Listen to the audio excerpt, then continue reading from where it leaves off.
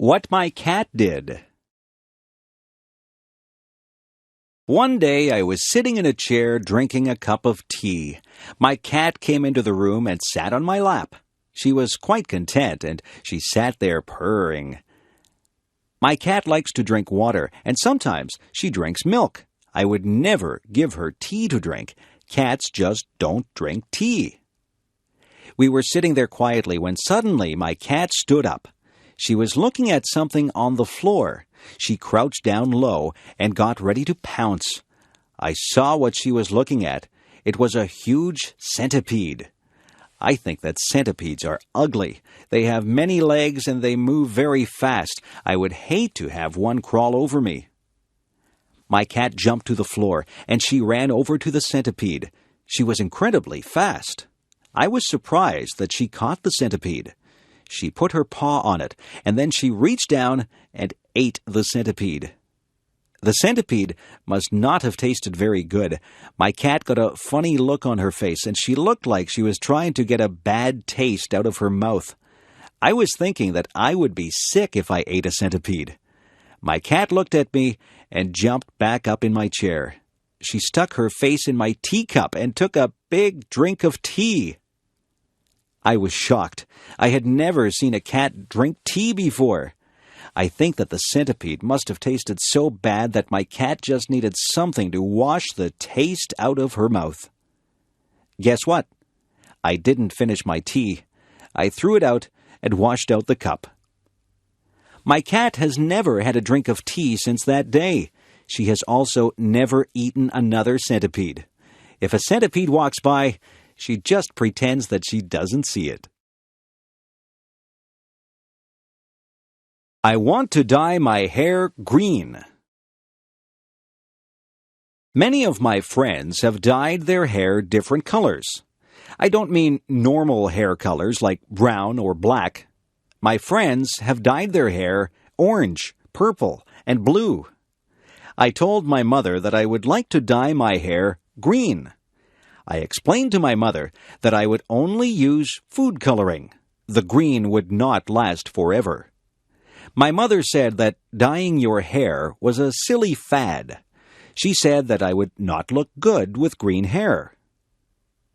I said that if I couldn't dye my hair green, maybe I could get a nose ring. My mother said no. I said that maybe a tattoo on my arm would be nice. My mother said, no way. My mother said that she did some crazy things when she was a young girl. She said that she used to iron her hair to make it straight. That sounds quite boring to me. My friend Joan came over. Her hair is dyed bright pink. My father said, nice hair, Joan. I don't think that he really meant it. My mother says that when I am an adult, I can dye my hair whatever crazy color I like, but for now, she would like me to leave my hair its natural color. I tried to tell her that all my friends were doing it. My mother asked, if all your friends were jumping off a cliff, would you do it too? I said, no. I think I'll have to wait to have green hair, but maybe by the time I'm old enough to dye my hair green, I won't want it that color. My mother says that fads change all the time. One day, something might be popular, and the next day it's not in style at all. I'll just have to live without green hair for now. I wonder what the fad will be next month. Why do people dislike other people? Some people don't like other people just because they look different. I think that is silly. I don't think that it is fair to judge someone by the way they look. Some people look very nice, but they are mean or cruel. Some people look very ordinary, but they are incredibly nice. I remember when I was in grade 1. I saw a girl across the room. She had a mean look on her face. I thought to myself that she was probably not a very nice person. I stayed away from her and played with the other children. Then we had to play a game, and the teacher said that she would pick partners for us. The teacher picked the girl with the mean face as my partner. I didn't think that the game would be much fun at all with a partner who seemed as mean as that girl. I walked up to her and said hello. The girl's face changed. She smiled at me, and she began to talk to me. Her mean face disappeared. We had lots of fun playing the game. We laughed a lot and enjoyed each other's company. That girl became my best friend.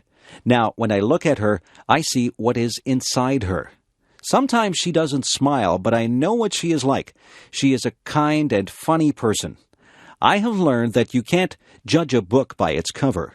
It is not fair to dislike someone just because they don't look like you want them to look. You have to get to know a person. It doesn't matter to me what color a person's skin is.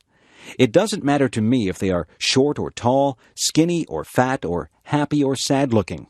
I judge people by how they treat me, and I try to treat people like I would want to be treated. The birthday gift. It is going to be my father's birthday. What can I give him?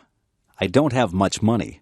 I have looked all through the stores, and I have not found anything that I think he would like or that I can afford. I have thought very hard about what to buy for him. I thought that he might like some candy, but my father really doesn't eat many sweets. I thought that he might like a new shirt, but he has lots of clothes. I can't afford a new car or computer for him. I was watching him on the weekend. He cut the grass, washed the car, took out the garbage, weeded the garden, and watered the plants. I got an idea. I went to my room and took out some paper. I cut out pieces of paper, and I wrote on them. I wrote on one piece of paper that I would wash the car every weekend for the summer. I wrote on another piece that I would take out the garbage every week for the summer. I also wrote that I would cut the grass, weed the garden, and water the plants every week for the summer. I made a birthday card for my dad, and I put the pieces of paper inside it. I went downstairs and gave my gift to my dad. My dad thought that the gift was very thoughtful. He said that it was a gift from the heart. I did all those things for my dad all summer. He said that he had a lot of free time because I helped him so much. My dad and I are good friends. I don't mind doing things for him because I know that he is always there to help me out. A good gift doesn't have to be something that costs a lot. My dad says that the best gifts are the ones that show how much you care for the other person.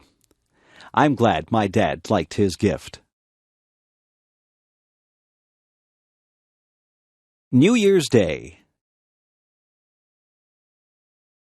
On New Year's Day, people start a new year. Many people make resolutions. They resolve to be better people.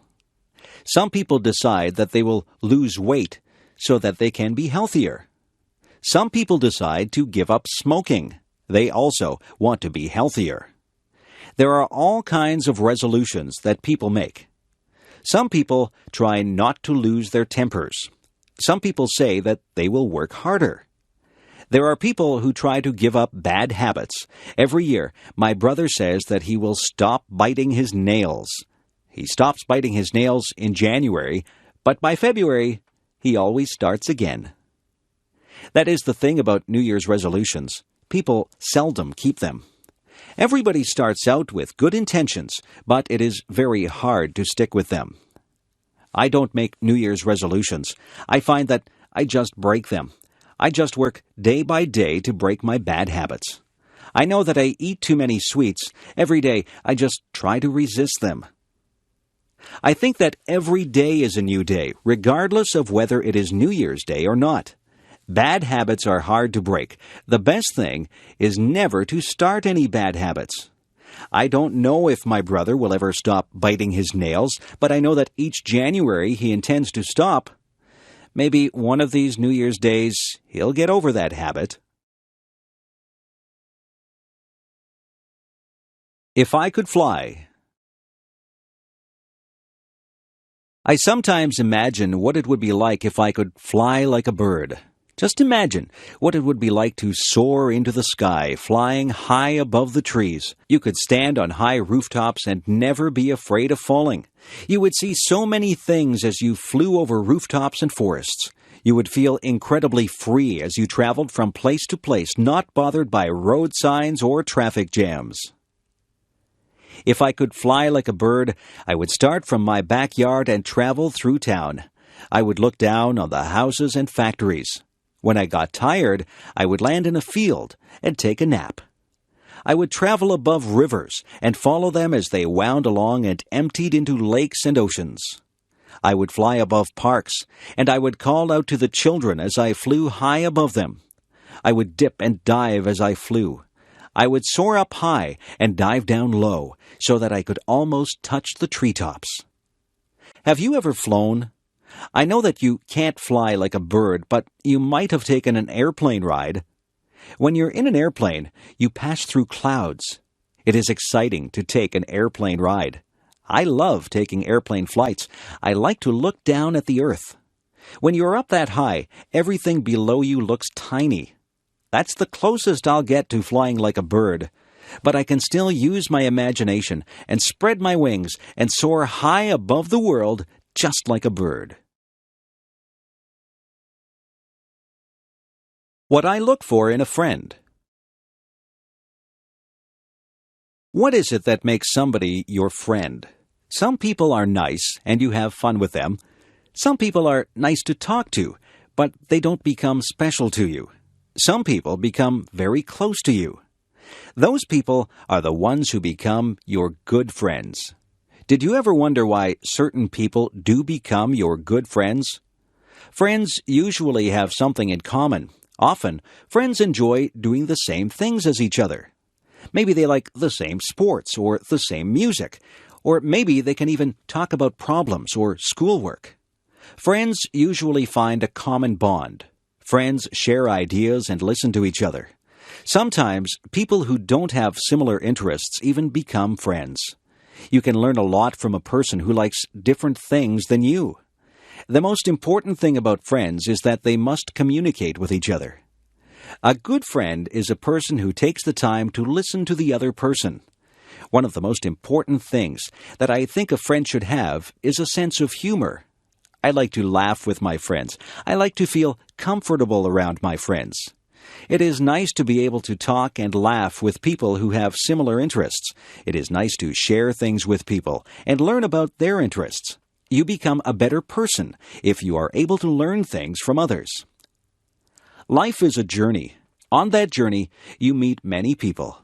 Some of those people will change your life. You have to choose your friends with care. A good friend is worth more than all the gold in the world. A good friend will make your journey through life more pleasant. Make friends along the way, and the path through life will be very rewarding. A funny thing happened on the way to school. Last Friday it was very windy.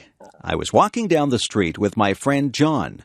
We were having a difficult time walking against the wind. The wind was pushing against us, and we felt the force of it pressing against us. We even had a hard time breathing. We were walking slowly. We watched the leaves as they danced and twirled in the wind. We watched a plastic bag as it flew by us. We saw a little boy whose baseball cap flew right off his head. His cap flew along the sidewalk, and he had to chase it. He finally caught it, and he held it in his hands tightly after he got it back. The trees were swaying frantically. Their branches swished and waved in the wild wind. John and I were hit by flying bits of paper and leaves. We laughed when a garbage can lid rolled along and hit John in the leg. We saw another garbage can rolling along the road as if it was alive. Everything was moving because of the wind. Then the funniest thing happened. I wasn't paying any attention, and a paper bag came flying up the street toward us. It hit me right in the face and covered my whole face. At first, I didn't know what had happened. I was blinded. I couldn't see where I was going. I stopped and held out my hands. When I stopped, the bag fell off my face. I looked at John. He was laughing very hard. He was laughing so hard that tears were rolling down his cheeks. He said that I looked very funny with the brown paper bag stuck to my face. I started to laugh too. We laughed about it all the way to school. John said that he wished he had a camera. He would have taken a picture of me with a bag on my face. Advice. Sometimes my mother gives me advice. She tells me to save my money for a rainy day. She says that I should eat my vegetables if I want to be strong when I grow up. She says that you reap what you sow. I didn't know what that one meant, so I asked her. She said that if you are good to people, they will be good to you. If you do bad things, then bad things will come back to you. My mother is always giving me advice. She says that a penny saved is a penny earned. I am still thinking about that one. Some of these things are difficult to understand. My mother is very wise.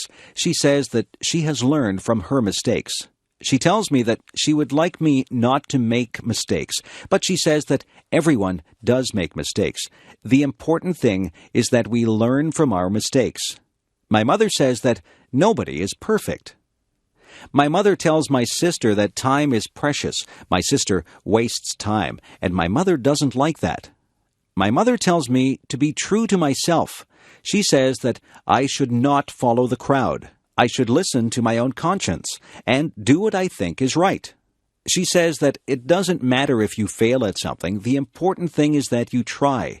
If you've done your best, then that is all that matters.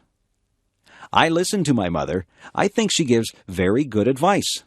My mother has a lot of common sense. I hope I am as wise as she is when I have children of my own. Sometimes I wish that she would not give me so much advice. I think that I know what I'm doing. But in the end, I always remember what she has said, and I try to live by the standards that she has set for me. Take the advice that your parents give you. They only have your best interests at heart. A trip to the hospital. I have to get my tonsils out. I'm not really happy about it, but I'm tired of being sick and having sore throats. I have to go to the hospital 2 hours before my surgery. My mother will go with me. The nurses will take my temperature and check my blood pressure. They will make sure that I am ready for my operation. I will be dressed in a white gown, and I will be wheeled down the hall to the operating room. I can't have anything to eat or drink for a long time before my surgery. My mother will walk down the hall with me. Then she will wave goodbye as they wheel me into the operating room. The doctor and the nurses will be busy in the operating room. They will be getting ready to perform my surgery. The doctor will say hello to me and tell me that he is going to put me to sleep. He will put something into my arm. He will tell me to count backwards from 10. I think that I will only say 10, 9, and then I will be fast asleep. I won't be awake for the surgery. When I wake up, I will be surprised that the surgery is over. My throat will hurt and I probably won't feel very good. My mother will be there with me. The nurses will give me a drink and try to make me comfortable. I won't be in the hospital overnight. I will go home later in the day. My parents will have to make sure that I have a lot to drink. I can't eat any hard foods or they will hurt my throat. I will sleep a lot because I will not feel very well for a couple of days.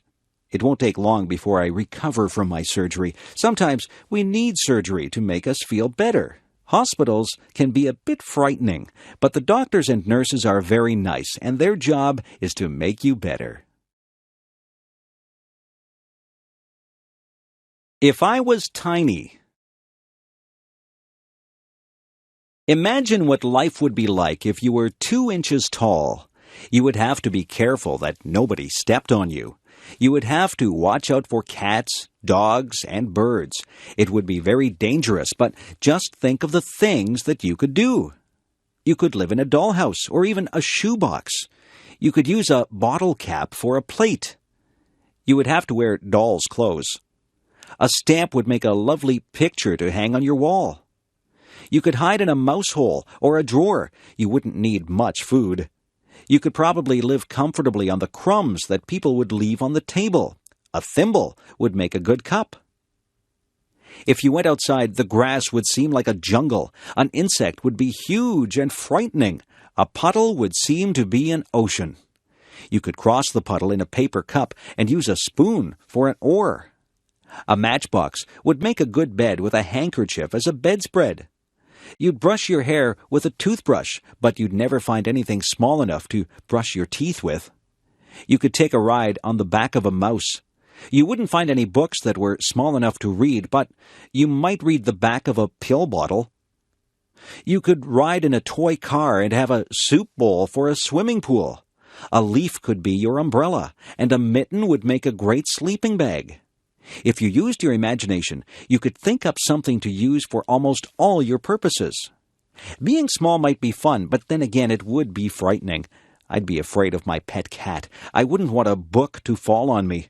I would be afraid of being swept away by a big gust of wind. I think I'd rather be my size. If I were a giant.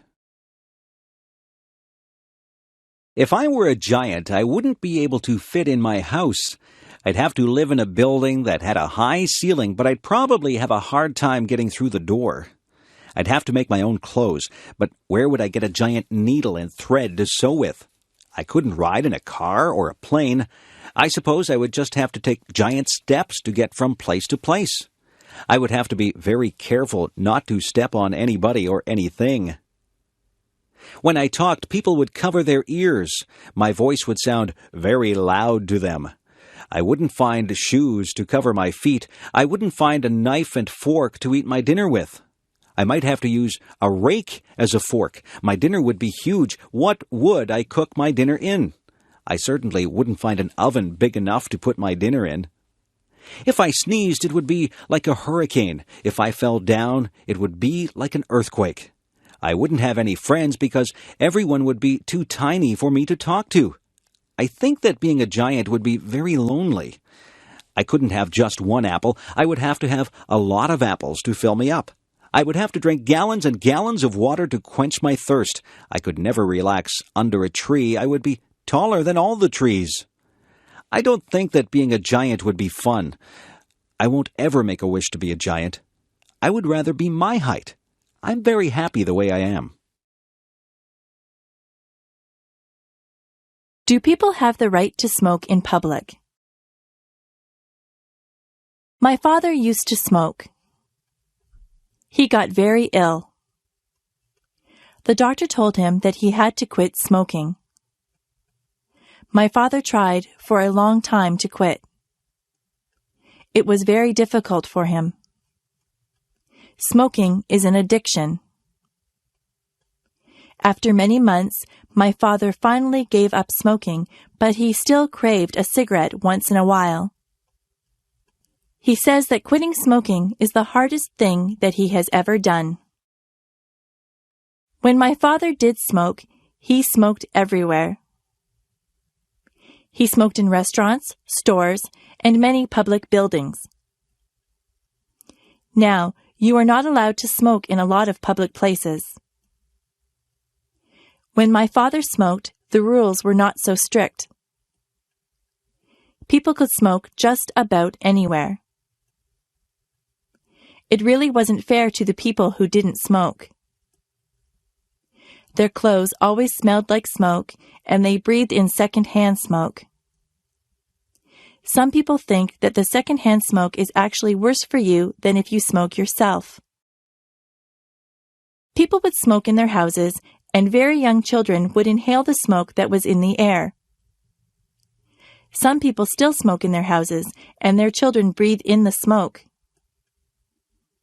Some restaurants have areas for smokers and non-smokers, but usually the smoke drifts from one area to the other. There are some businesses that have banned smoking altogether. Personally, I think that smoking in public places should be completely banned. I don't think that I should have to breathe in another person's smoke if I choose not to smoke myself. It wouldn't be fair for a non-smoker to get lung cancer because they had to be in a place where smokers were allowed to light up.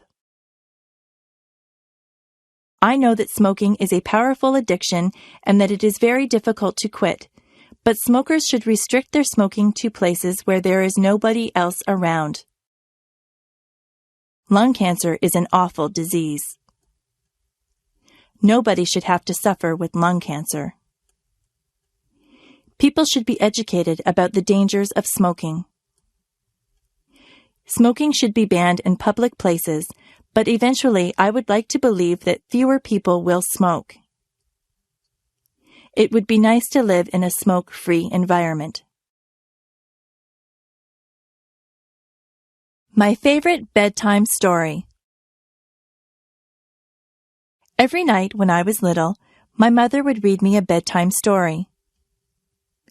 My favorite story was Tom's Midnight Garden. This was a story by Philippa Pierce. It was quite a long book, and it took quite a few nights for my mother to read the entire book to me. In Tom's Midnight Garden, Tom moves to the city to stay with his aunt and uncle. He is very bored at their apartment. They have no children, so Tom has nothing to do. One night, the clock strikes 13 times. Tom knows that this is impossible. A clock can only strike up to 12 times. He sneaks downstairs and goes outside.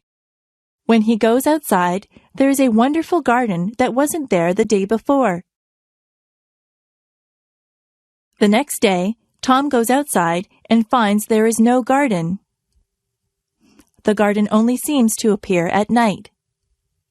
Every night, Tom slips out to this wonderful garden and meets some people in the garden. He meets a girl named Hattie. Hattie and Tom become very good friends in this garden. Some very strange things happen in this book. There are some coincidences that keep you guessing about what is really going on. The surprise ending is wonderful. I really enjoyed Tom's Midnight Garden, and I was very sad when my mother and I came to the end of the book. I felt that I had visited the magical garden with Tom. It is a book that I will remember all my life. If I found a magic lamp. If I was walking down the beach one day and I happened to bump my toe on a magic lamp, I would pick it up and rub it. If it was a real magic lamp, but I don't believe that there really is a magic lamp, a genie would pop out in a cloud of smoke and he would call me Master. He would say that he would grant me 3 wishes. I would have to think very hard about those wishes because I wouldn't want to waste them. I don't think I'd want millions of dollars. Money doesn't buy happiness, or so they say. I might wish for good health because if your health isn't good, you won't be able to enjoy anything. Some people might wish for beauty, but beauty is only skin deep. Some people would wish for a mansion or a beautiful car or a big boat. I don't want any of those things. Some people would want fame. Some people would want talent. Some people would wish for happiness. That might be a good thing to wish for.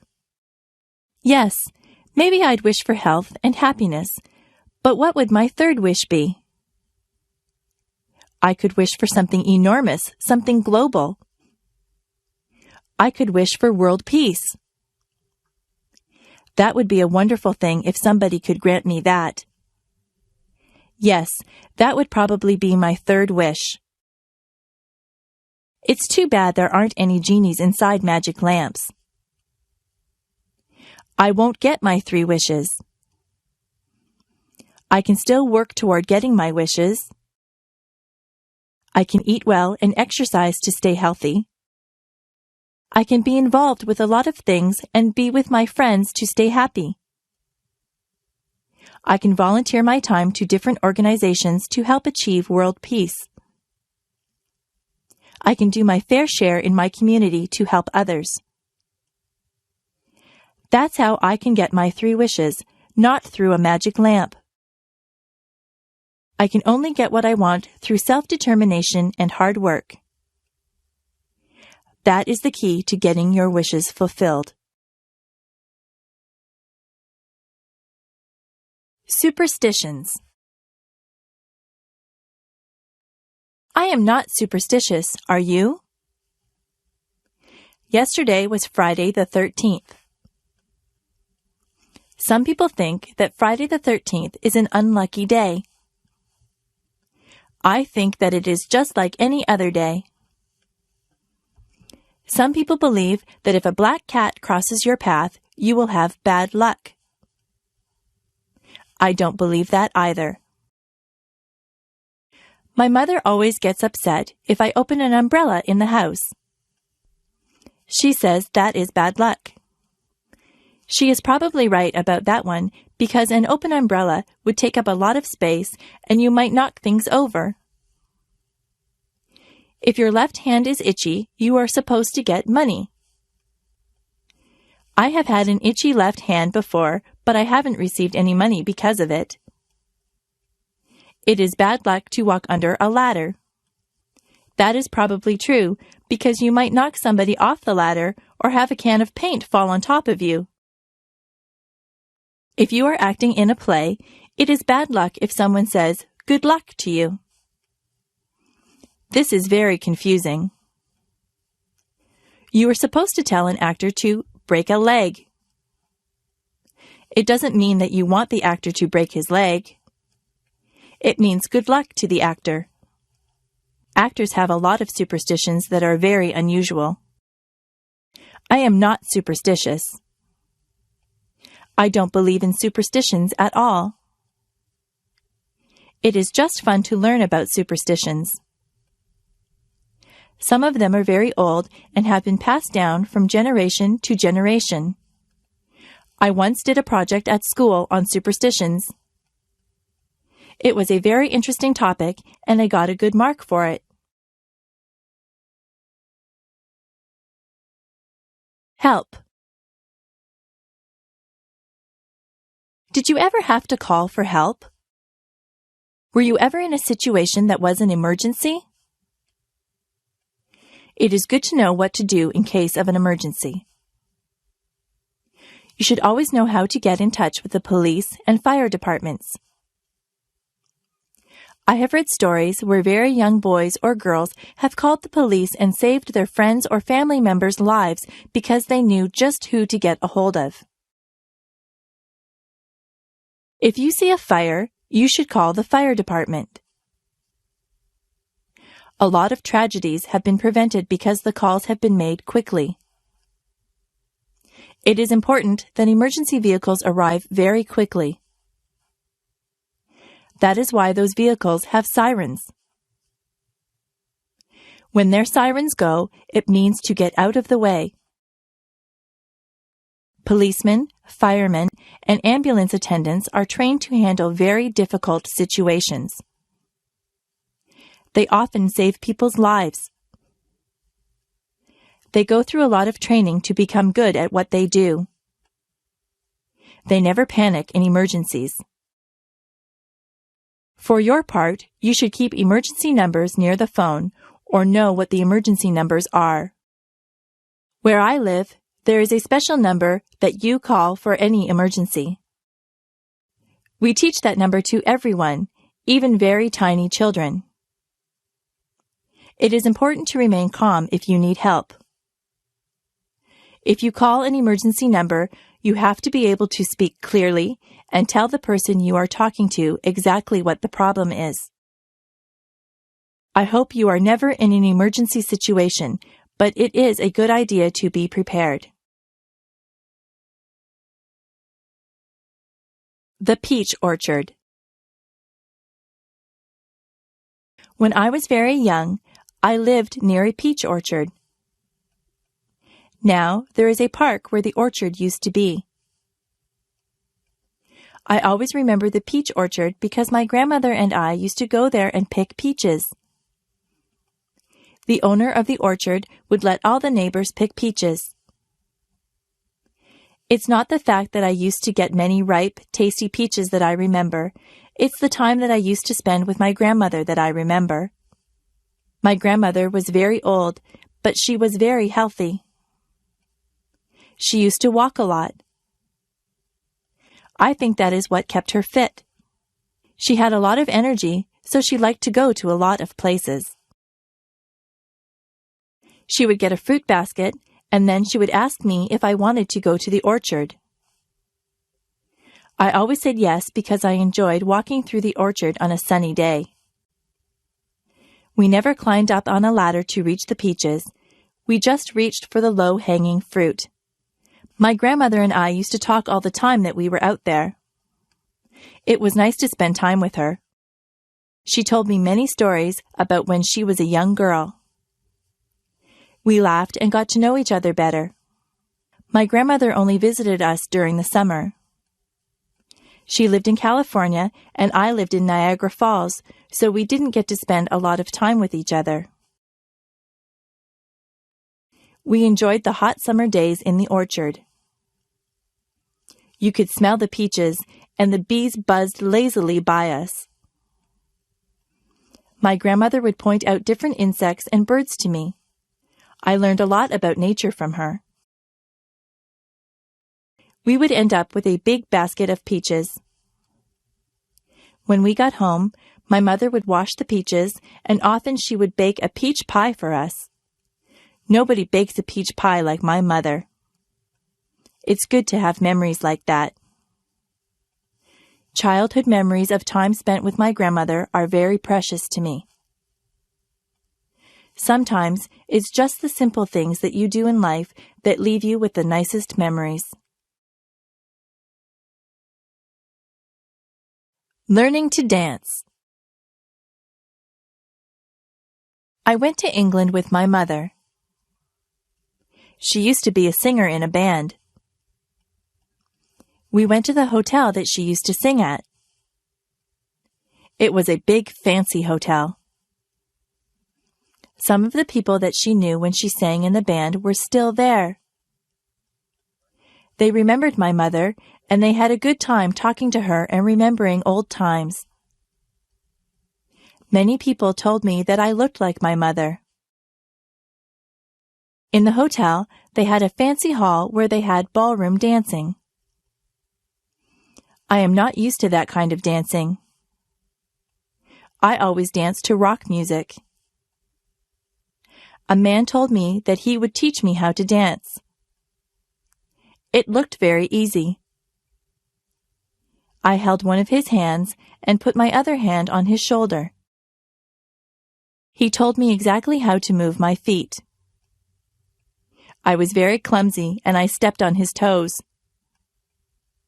He was patient with me and he counted 1, 2, 3. I tried to waltz with him. I would start out pretty well, but then I would get mixed up and stand on his toes again. The man laughed about it. I told him that I wasn't a very good dancer, but he said that I was good for a beginner.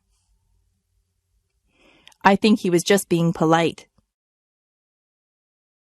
The man asked my mother to dance. My mother is a very good dancer. I didn't know that about her. She never stepped on the man's toes once. The man thanked us for dancing with him, and I thanked him for giving me dancing lessons. I don't think I'll ever be very good at that type of dancing. Each generation has a specific type of dancing. The way that I dance is different from the way that my mother dances. The way that I dance doesn't involve moving your feet too much. I'm not too good at fancy steps. Superheroes. When my brother was very young, he loved superheroes. He collected plastic figures of all the superheroes. I think he had every superhero figurine that there was. He used to tie a towel over his shoulders and run through the backyard. He pretended that he was rescuing people. One time he stood on the roof. He really thought that he could fly with his superhero cape on. He would have hurt himself if he had jumped. My dad saw him and told him to get down. My dad explained to my brother that superheroes are not real. Real people cannot fly from rooftops. My brother was disappointed. He thought that the superheroes really existed. My dad explained that most superheroes were created as comic book characters. Somebody used their imagination to make them up, and then an artist drew them. My brother was not impressed. He said that he wanted to meet the superheroes. My father told him that he might meet someone dressed up as a superhero, but it wouldn't really be a superhero in the costume. It is hard to explain to small children that the things that they see in comic books and on television aren't really real. My brother still pretends that he is a superhero. He doesn't jump from rooftops, but he runs around and makes noises like he is flying. I look at him and remember when I used to do things like that. I'm more mature than my brother. I know that superheroes aren't real, but I know that he is having fun and using his imagination. Being a princess. Sometimes I think that I would like to be a princess. A princess would live in a palace and wear beautiful clothes. She would have servants to do chores for her, and she would probably marry a handsome prince. People would recognize her. They would wave to her as she drove by. It seems like it would be a lot of fun to be a princess. But maybe it wouldn't be so nice. Maybe it would be terrible to be recognized by everyone. Maybe a princess would feel like everyone was watching her. She would have to look nice every time she left the palace. There would always be people with cameras who wanted to take her picture. A princess would have no privacy. Even in her own palace, there would be servants around, so she would never really be alone. If I were a princess, I would worry about security for my family. Sometimes, people who are in high positions are threatened by other people. That would be a worry. I'm not so sure that being a princess would be all that much fun. I think it might be better to be just a normal person like me. I don't have to worry about looking wonderful all the time. People don't follow me around and take my picture. Whenever you see a picture of a princess, she is smiling.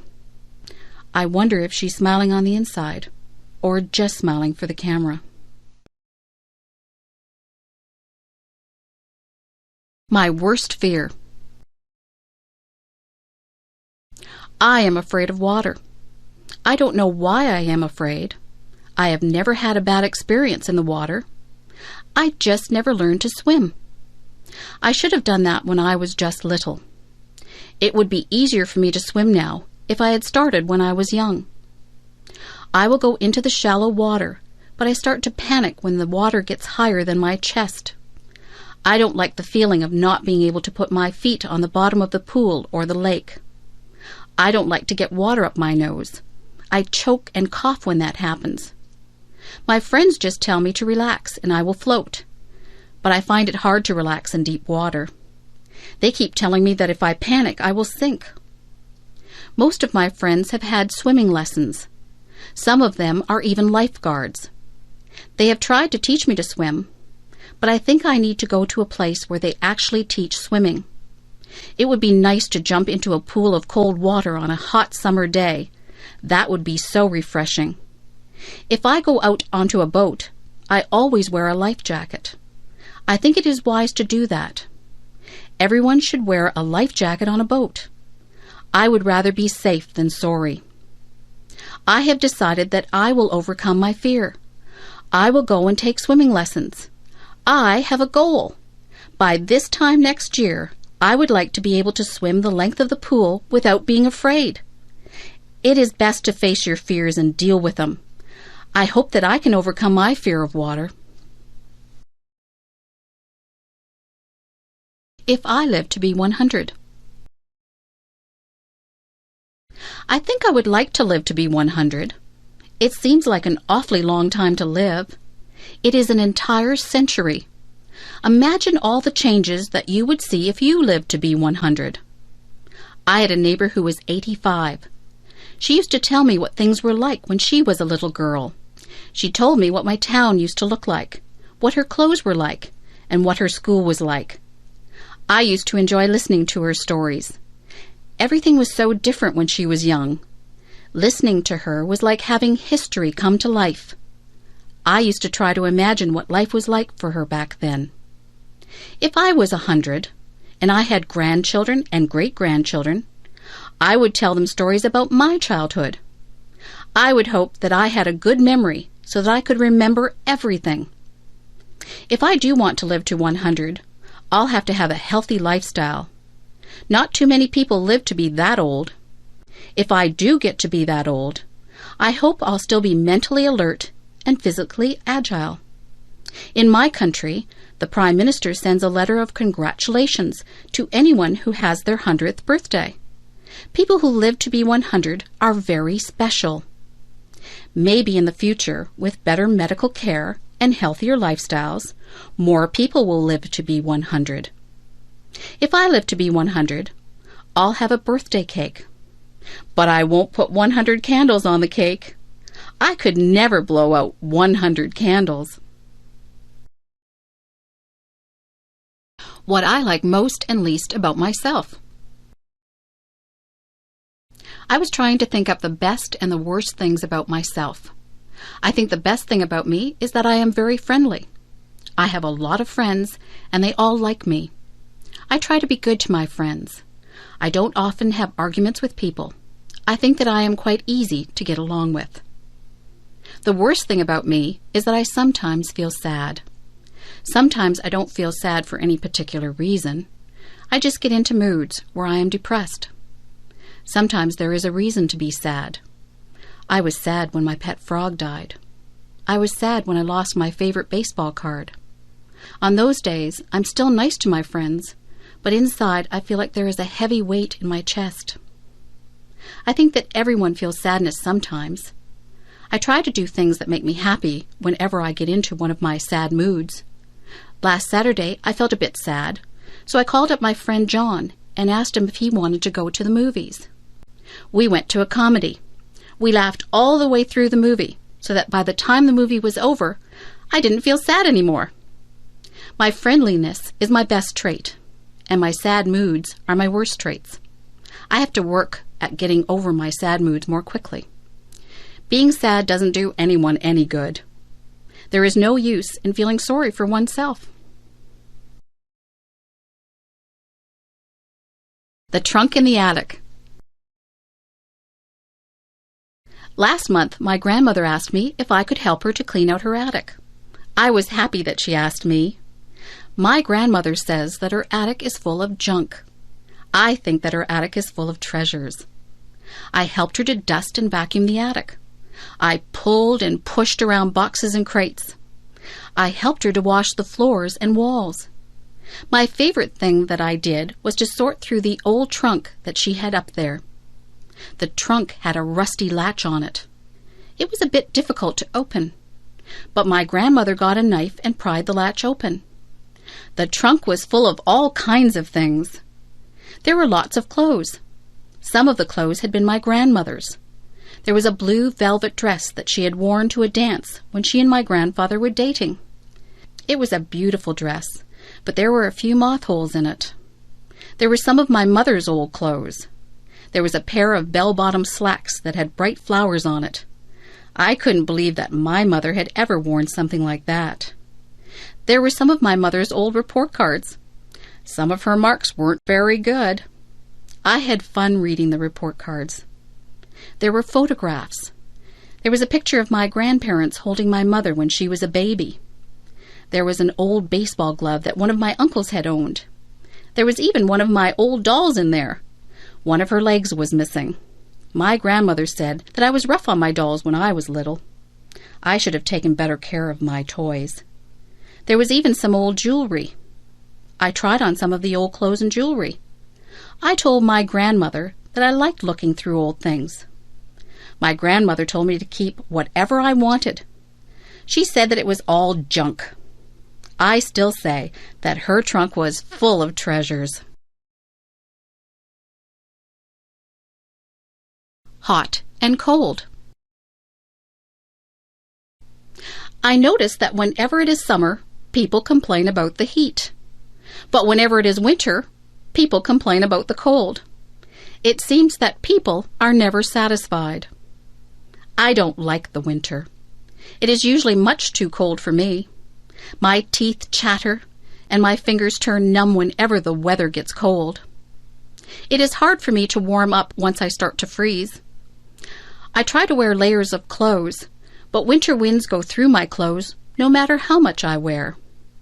My feet feel like they are blocks of ice on a cold January day when I walk home from school. I would not like to live in a place that had cold climate all year long. I am not comfortable when it is too cold. I like the summer. Some people say that it is hot and sticky in the summer, but I don't mind the heat at all. I love to feel the warm sunshine on my skin. I like the freedom of not having to wear heavy coats and boots. I am the happiest when there is a slightly cool breeze that comes along to refresh you on a hot summer day. I could live in a place with a hot climate. I would enjoy that. Of course, when you are in a place with a hot climate, there are more bugs than in places with cooler climates. I don't care for bugs. Where I live, it is very humid. The heat and moisture combine to make it uncomfortable sometimes. It is nicer when the heat is high, but the humidity is low. It would be better if I lived somewhere where it was hot, but not humid. That would be just perfect. Walk a mile in my shoes. Have you ever heard the saying, walk a mile in my shoes? I think it's a very good saying. Do you know what it means? It means that before you judge someone, you should put yourself in his or her position. For example, if someone was running in a race and they did very poorly and came in last, it wouldn't be fair to say, oh, he's just a terrible runner. You would have to look at all the circumstances that made the person lose the race. Maybe they pulled a muscle in their leg the day before. Maybe this is their very first race. Maybe they are not in good form because something isn't right in their lives. There can be so many things that affect a person's life, performance, and moods. If someone was very quiet at a party, you couldn't just assume that they weren't friendly. You don't know what is happening in their lives. They could be feeling ill, or they might have just had a bad experience. Nobody can know exactly how another person feels. Even if someone tells you what he or she is experiencing, you still won't fully understand what is going on inside the other person. Everyone perceives and feels things differently. To walk a mile in someone else's shoes is to try and understand things from that person's perspective. We are all shaped by the events that have taken place in our lives. No two people have gone through the exact same things. So, before you are quick to judge someone, stop and think about what it is that they might have gone through. You won't always understand why people do what they do, but you can try to understand and put yourself in their position. If I could go back in my life. If I could go back in my life and do some things differently, this is what I would do. I would not waste so many hours in front of the television set. I would get out and enjoy my life rather than watching actors in shows. I would be a little more considerate of other people. I would realize that my mother has more to do than pick up after me. I would pay more attention in school. Tests are easier when you have paid attention rather than fooling around in class. I would save more money rather than spend it on useless things. I would read more. Reading is enjoyable, and it opens the doors into all kinds of wonderful places, both real and imagined. I would learn to play an instrument. Music is always appreciated if it is played well. I would eat better foods. I would try to stay healthy through my diet and exercise. I would take more pictures, and I would keep a journal. Memories are very precious. I would take the time to listen to what people have to say. People appreciate a good listener. I would take the time to enjoy each day as it comes. Sometimes I am so busy looking forward to what is coming up that I don't take the time to enjoy the day that I am living in. That's what I would do if I could go back in my life. In fact, I think I'll just make a habit of doing all of those things all through my life. Joking. Joking is good. Jokes can be very funny. Jokes can also be hurtful. Jokes can be tasteless too. It is not an easy thing to find jokes that do not offend anyone. Some jokes make fun of different races.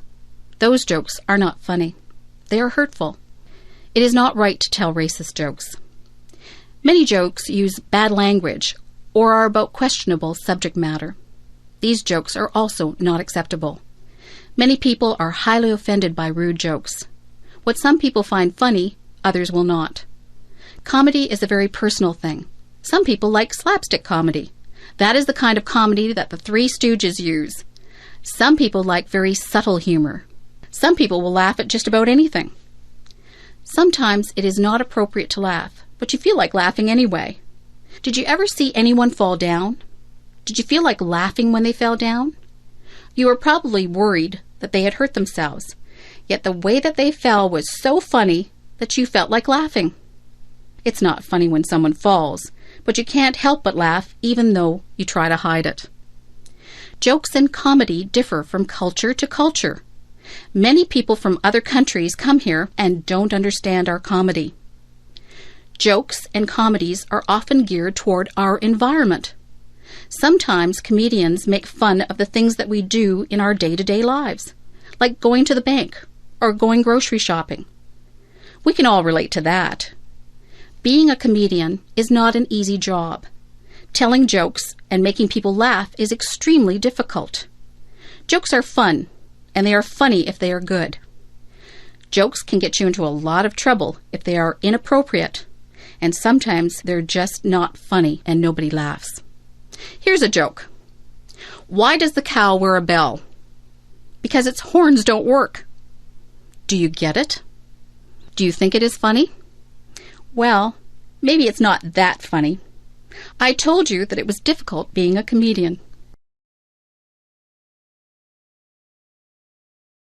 Drugs.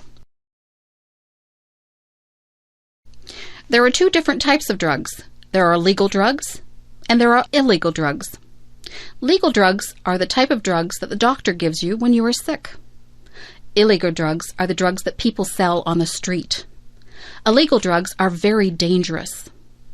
If someone ever wants you to try any type of substance that you are not sure about, you should always say no. People who sell drugs on the street are criminals. If they get caught, they will be sent to jail. They sell drugs to get money. They don't care that people's lives are ruined from taking drugs. If you take illegal drugs, you can become addicted to them. That means that you just have to have the drug no matter what. Some people steal from other people to get money to buy drugs. Drugs affect your mind. If you take drugs, you will not be able to think clearly. Your marks in school will drop. Your memory won't be very good. Your personality won't be the same. It is very unfortunate that some people do try drugs. They think that it won't hurt them. They are wrong. If you are smart, you will stay away from all drugs, except for the ones that the doctor gives you. Drugs are just bad news. If you know someone who is thinking about trying drugs, tell them that their entire life could be ruined. In America, they have a saying, just say no to drugs. It is a good saying, but I think I would rather say, I'm just too smart to take drugs. Divorce. Mary's parents just got a divorce. Mary is very upset. She thinks that her parents don't love her anymore. She thinks that they got a divorce because of her. She is wrong. Her parents love her just as much as they always did. They aren't getting divorced because of Mary. Sometimes marriages just don't work out. It isn't really anyone's fault. Marriage isn't easy. It is hard for two people to stay together for a lifetime. Sometimes people change as they get older and they move on. Some people have perfectly good marriages and they stay together for their entire lives. Divorce doesn't happen because the parents don't love the children anymore. A lot of children feel that it is their fault, but it isn't their fault at all. Children neither cause the divorce nor can they prevent it. It is up to the parents. Divorce isn't the end of the world. Children can still see both parents and stay with them. Life goes on. Sometimes children can get new stepmothers or stepfathers. That can be a good thing. You just have to be understanding and know that your parents still love you. Life doesn't always go the way that we planned it, but it has its twists and turns. Life is an adventure. If your parents get a divorce, just be understanding. Know that they love you and that this is a hard time for them. It is a hard time for you too, but these things have a way of working themselves out in the end. If my fish could talk. I have a goldfish. He swims around in his bowl all day. He looks bored. I look inside the bowl and watch him. His mouth always moves. He looks like he is talking. I imagine what my goldfish would say if he really could talk. I think he would say, "Hey, I'm bored in this little bowl. Why don't you get me a bigger tank with more fish in it? I would like to have some friends to swim around with." I went out and bought a bigger tank for my goldfish. I put some plants at the bottom of the tank, and I got a miniature deep-sea diver to put at the bottom of the tank. I looked into the tank and imagined what my goldfish was saying. He seemed to be saying, "This is a nice tank. It's roomy in here and you decorated it well, but I still don't have any friends to swim with." I went to the pet store and bought 3 more goldfish. I put them into the tank. All of the goldfish seemed to look at each other. They swam near each other and seemed to be playing games. I knew which one was my goldfish because he has a black spot on his fin. I looked at him and imagined that he was talking again. He said, "This is great. I have a big new home and friends to swim with. These are nice goldfish that you brought home for me. Thank you." Goldfish can't really talk. I know that. I just like to pretend that my goldfish talks. He seems very happy now with his nice new home and his new friends. I don't think goldfish can smile either, but it looks like my goldfish has a smile on his face.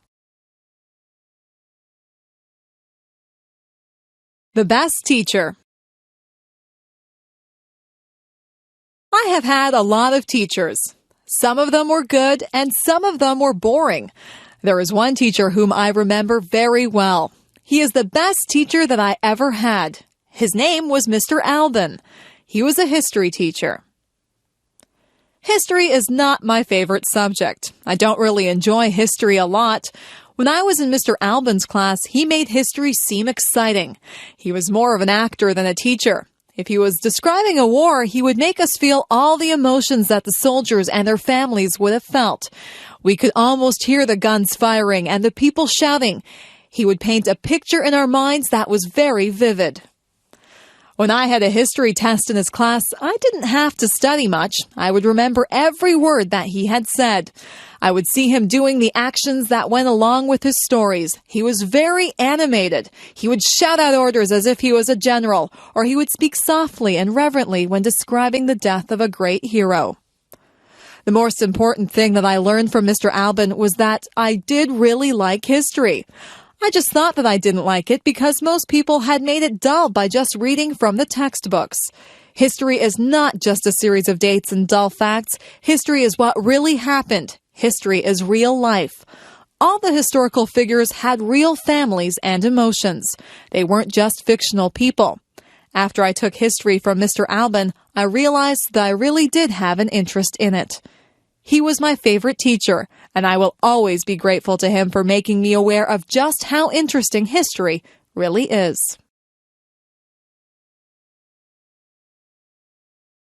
Weather. Sometimes I watch the weatherman on television.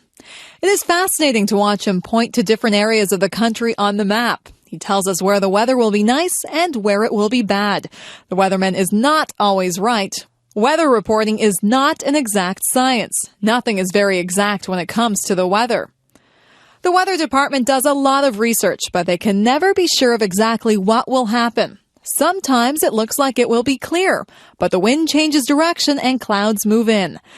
The weatherman can warn people if there is a chance of a hurricane or tornado. The weatherman can also warn people of floods. Sometimes entire towns have to be evacuated because of bad weather. It is important to be aware of the weather. For example, it is not good to be caught in the middle of a field when there is going to be a thunderstorm. You might want to take extra precautions if there is going to be a heavy snowstorm. You would need to be in a secure place if a hurricane or tornado was predicted. You might want to cancel a picnic if you knew that it would rain that day. The weather affects us in so many ways. Some people are really affected by dull, cloudy days. If there are no sunny days, they become very depressed. Heavy air pressure can cause some people to have headaches. Weather affects all of us in one way or another. It is always a topic of conversation. People often say things like, "Hello, it's a beautiful day today." Often we plan our lives and activities around the weather. So if you are planning on walking home tonight, keep an eye on the sky. Are those rain clouds up there? You might need an umbrella. How to avoid catching a cold. How many colds do you catch in a year? Most of my friends catch quite a few colds. They cough, sniffle, and sneeze. They carry around tissues and blow their noses all the time. Their eyes water and they have scratchy throats.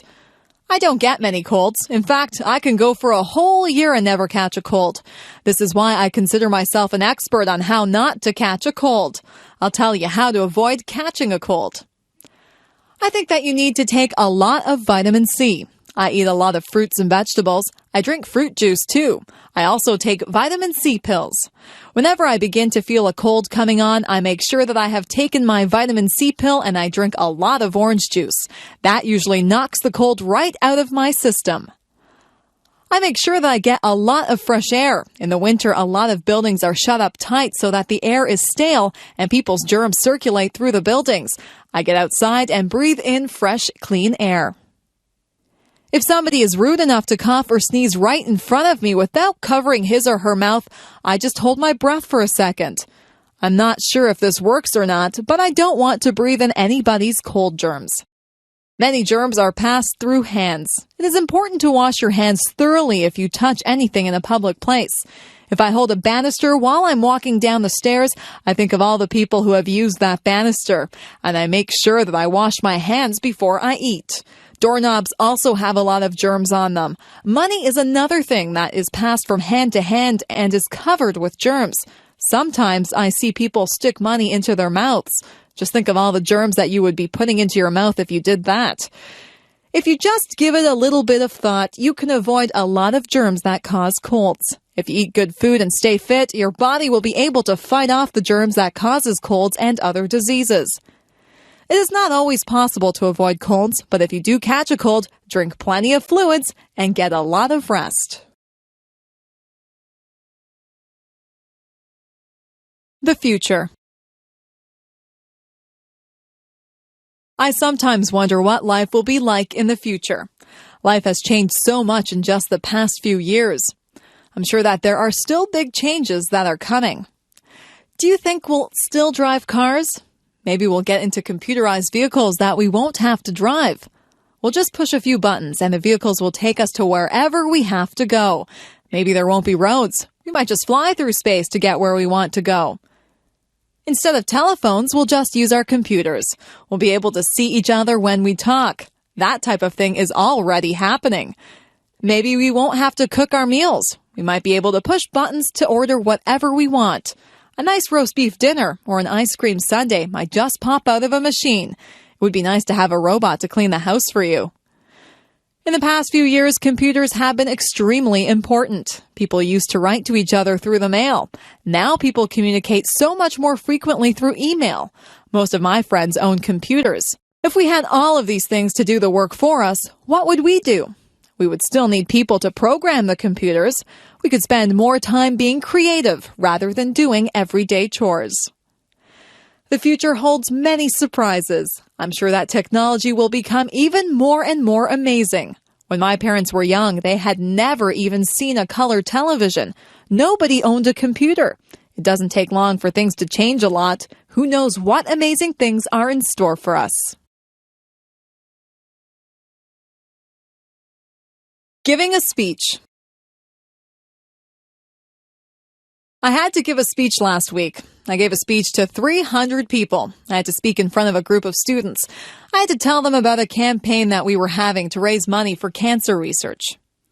Giving a speech can be a difficult thing. When you stand in front of a big crowd, you can get very nervous. Some people feel like they have weak knees. Their legs feel as if they are made of rubber. Their heart beats very hard inside of their chest. Their palms get sweaty. Some people even become short of breath. For some people, giving a speech is their worst fear. When you give a speech, everyone is looking at you. They are waiting to hear what you have to say.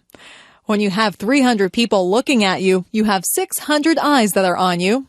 It is a little frightening when you think of it that way. Before I give a speech, I take 3 big breaths. I calm myself and I remind myself that what I have to say is important. I like to be sure of what I am going to say, so I practice my speech in front of a mirror at home. I like to look like I am relaxed and friendly. They say that practice makes perfect, so the more speeches that you give, the better you will become at it. Whenever I have to give a speech, I imagine that the audience is just one big person. I look out into the audience until I find a friendly, smiling face. I focus on that person, and I pretend that I am just talking to them. I've become used to giving speeches. I am more relaxed now than I used to be. People tell me that I do not look nervous at all. I like to hear that. Sometimes I do feel a little flutter of nervousness, but I just ignore it and do the best that I can. Giving a speech is not as scary as it appears to be. Anyone can do it with a little practice. Moving to another country. My friend Steve moved to another country. He had lived in Canada all his life and he moved to Japan. Life in Japan was very different for Steve than what he was used to. At first, Steve suffered from culture shock. His whole life seemed different. He was not used to the way of life in Japan. Steve was not used to the large crowds of people that walked up and down the streets in Japan. In his hometown in Canada, the streets were fairly quiet. Steve had to get used to the food. In Japan, the people eat a lot of fish. Steve had never eaten much fish before. Steve wanted pizza, but it was expensive in Japan. Steve said that he had to adjust his eating habits. The people in Japan have different customs than we do here in Canada. Steve didn't want to offend anyone, so he had to learn the customs. He had to learn about what Japanese people considered polite and rude. Sometimes in a foreign country, you can do something to insult someone without even realizing that you are being rude. At first, Steve had trouble with the language. He said that the only way to really learn the language is to talk to people. Steve talked to a lot of people. He made a lot of mistakes, but people were patient with him, and they tried to help him with his Japanese. It wasn't long before Steve felt more comfortable in his new surroundings. You have to be willing to learn new customs and a new language if you move to another country. Steve feels very comfortable in Japan and in Canada now. He is thinking about going to another country now. He thinks that he might like to try and live in Italy. I'm sure that he would get over his culture shock very fast if he moved there. Moving to a new country can be difficult, but if you are willing to learn, it can be a very rewarding experience. Look for the beauty. I've learned that things don't always go the way that they were planned. If something doesn't happen the way that I want it to, I try to make the best of the situation. I always try to find something good in everything that happens. Last year, I broke my ankle when I was walking on an icy sidewalk. At first, I was very upset. I was missing school and there was a party that I wanted to go to. I couldn't do very much of anything. My ankle was very sore. I stayed home and I read a book. It was an excellent book and one that I probably would not have had time to read under normal circumstances. My friends brought my homework to my house and we had some really nice visits while they were here. I had to accept the fact that I couldn't go anywhere on my broken ankle, so I made the best of a bad situation. Once I lost my way when I was out camping. I ended up in a very large field. I was afraid that nobody would find me, but I calmed myself down and took time to examine all the interesting wild flowers in the field. My family did find me. They were surprised at how calm I was. I have learned that there is something valuable inside every adventure and something beautiful inside every person. We had a new boy who came into our class. His clothes weren't in style and he was not particularly handsome. Some of the boys and girls made fun of him. Sometimes people can be really cruel. He seemed to handle it all right, but inside, I knew that it must hurt. Some of my friends and I invited him out with us. We found out that he had a terrific sense of humor, and he is probably one of the nicest people that I have ever met. He has since become one of my best friends.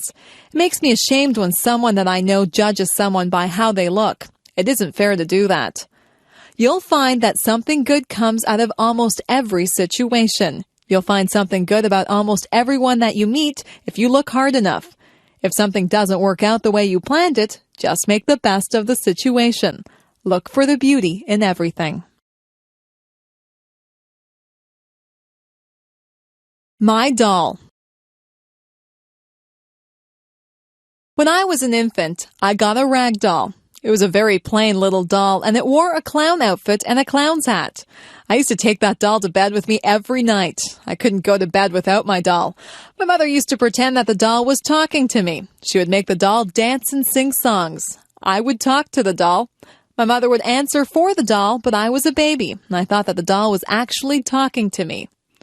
That doll was my best friend. I took her everywhere. One time I took her to a store with me and I left her on a shelf in the store. We were halfway home when I realized that I didn't have my doll with me. I was very upset. My mother and I rushed back to the store. My doll was still there. I was so relieved. I hugged my doll and I promised myself that I would never leave her anywhere again. I couldn't imagine life without that doll. Through the years, the doll became less important in my life. I had other things to do, but the doll still sat on my bed during the day, and I still took it to bed at night. I gave that doll a lot of love when I was little.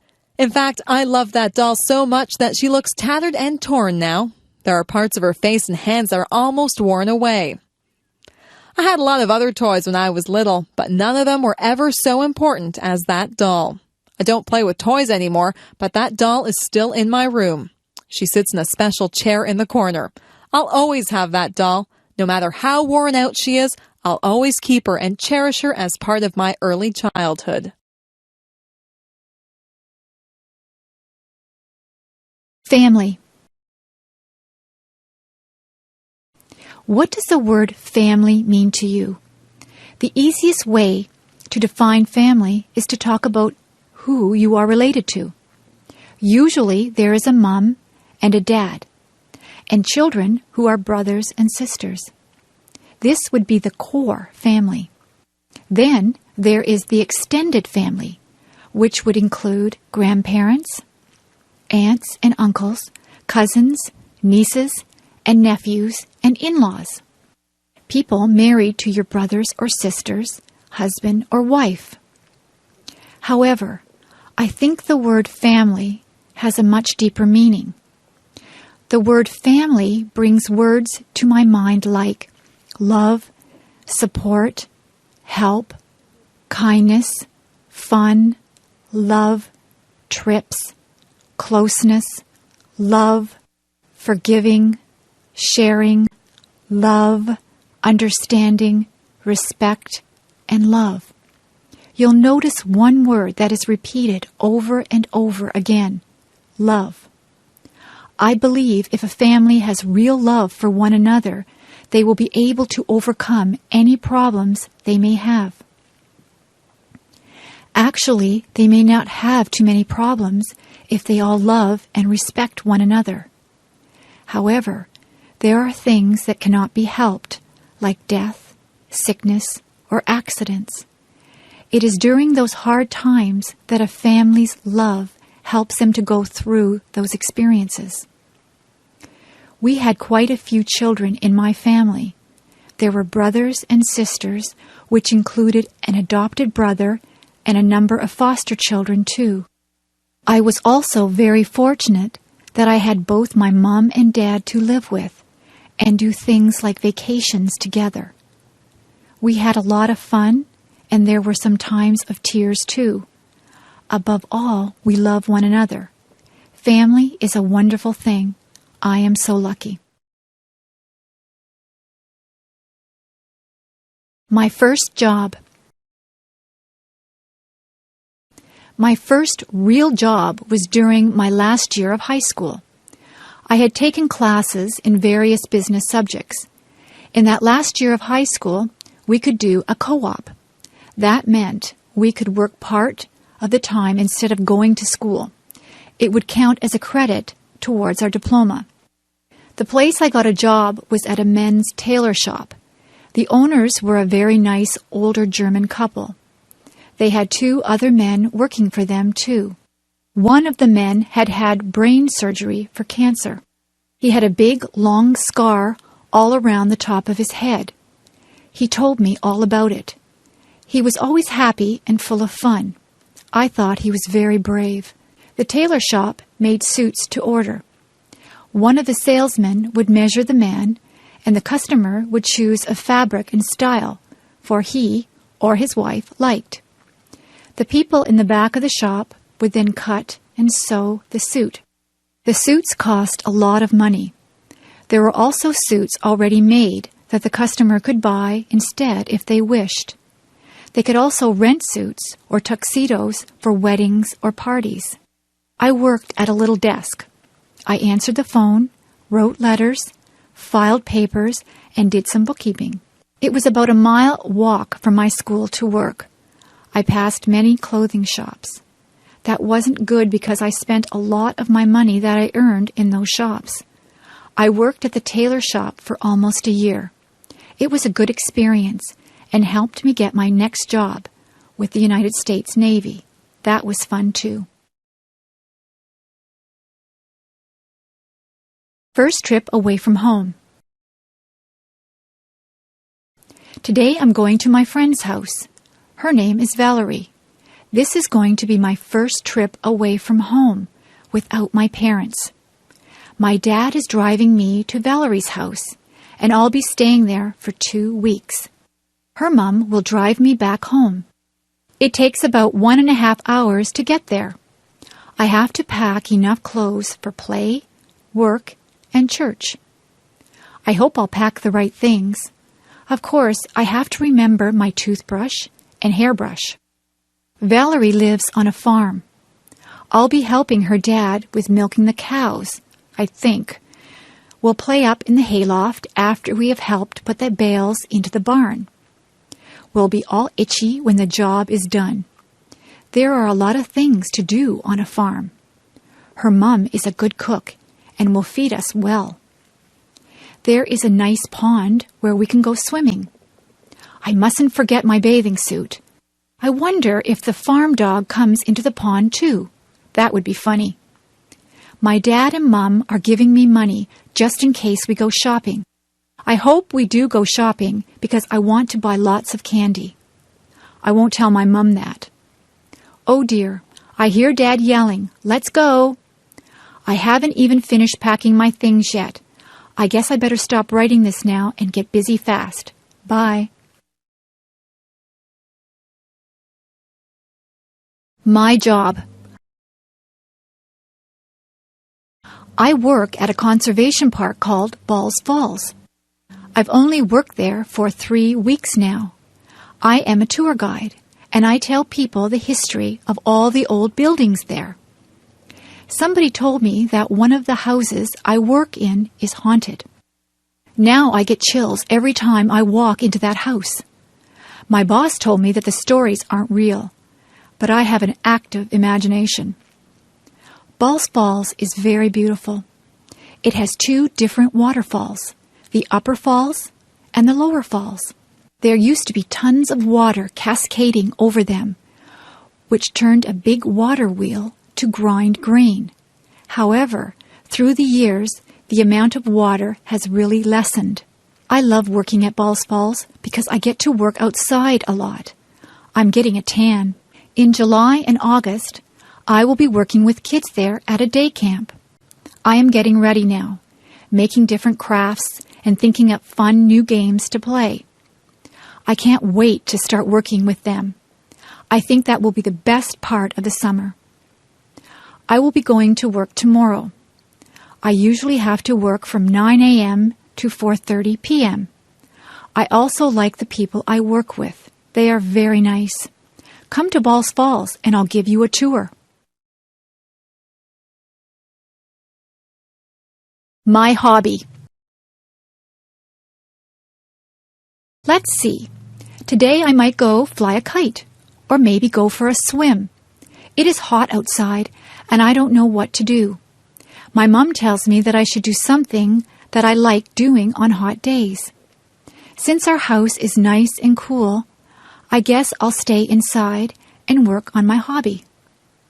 My hobby is something that not a lot of people do. I make and collect bookmarks. To make my bookmarks, I use stickers and special art pencils to draw. I buy the stickers at a mall, usually in a card store. The art pencils are bought in an art store. To make the bookmarks, I start with a piece of paper. I measure out how big I want the bookmark to be with a ruler. I once made a bookmark so big that it couldn't even be used in a very big book. After I measure it, I draw lines so that I can cut it straight. Sometimes I use fancy scissors that cut zigzag or frills. Then I start to decorate them. I like to draw cartoons and flowers on my bookmarks. Sometimes I even put real flowers on them.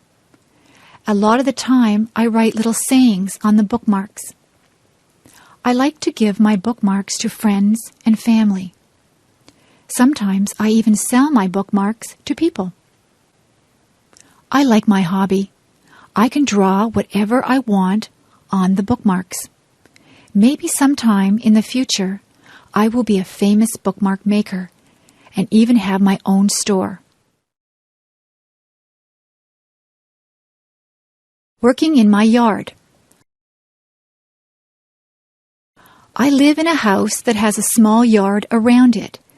In my yard, there is a lawn and a garden. There is also a sidewalk that leads to my front door and a driveway that leads to my garage. Throughout the year, I work to maintain my yard. During the summer, I cut the grass that grows in my yard using a lawnmower. I like the smell of the grass when it has just been cut, but it's better not to cut the grass too short. When the weather is dry, I also put water on the lawn and garden so that the grass and flowers can grow. During the autumn, many leaves fall from the trees in my yard. I use a rake to collect the leaves from the lawn. Then I can put the leaves into bags. I can use the leaves to make fertilizer.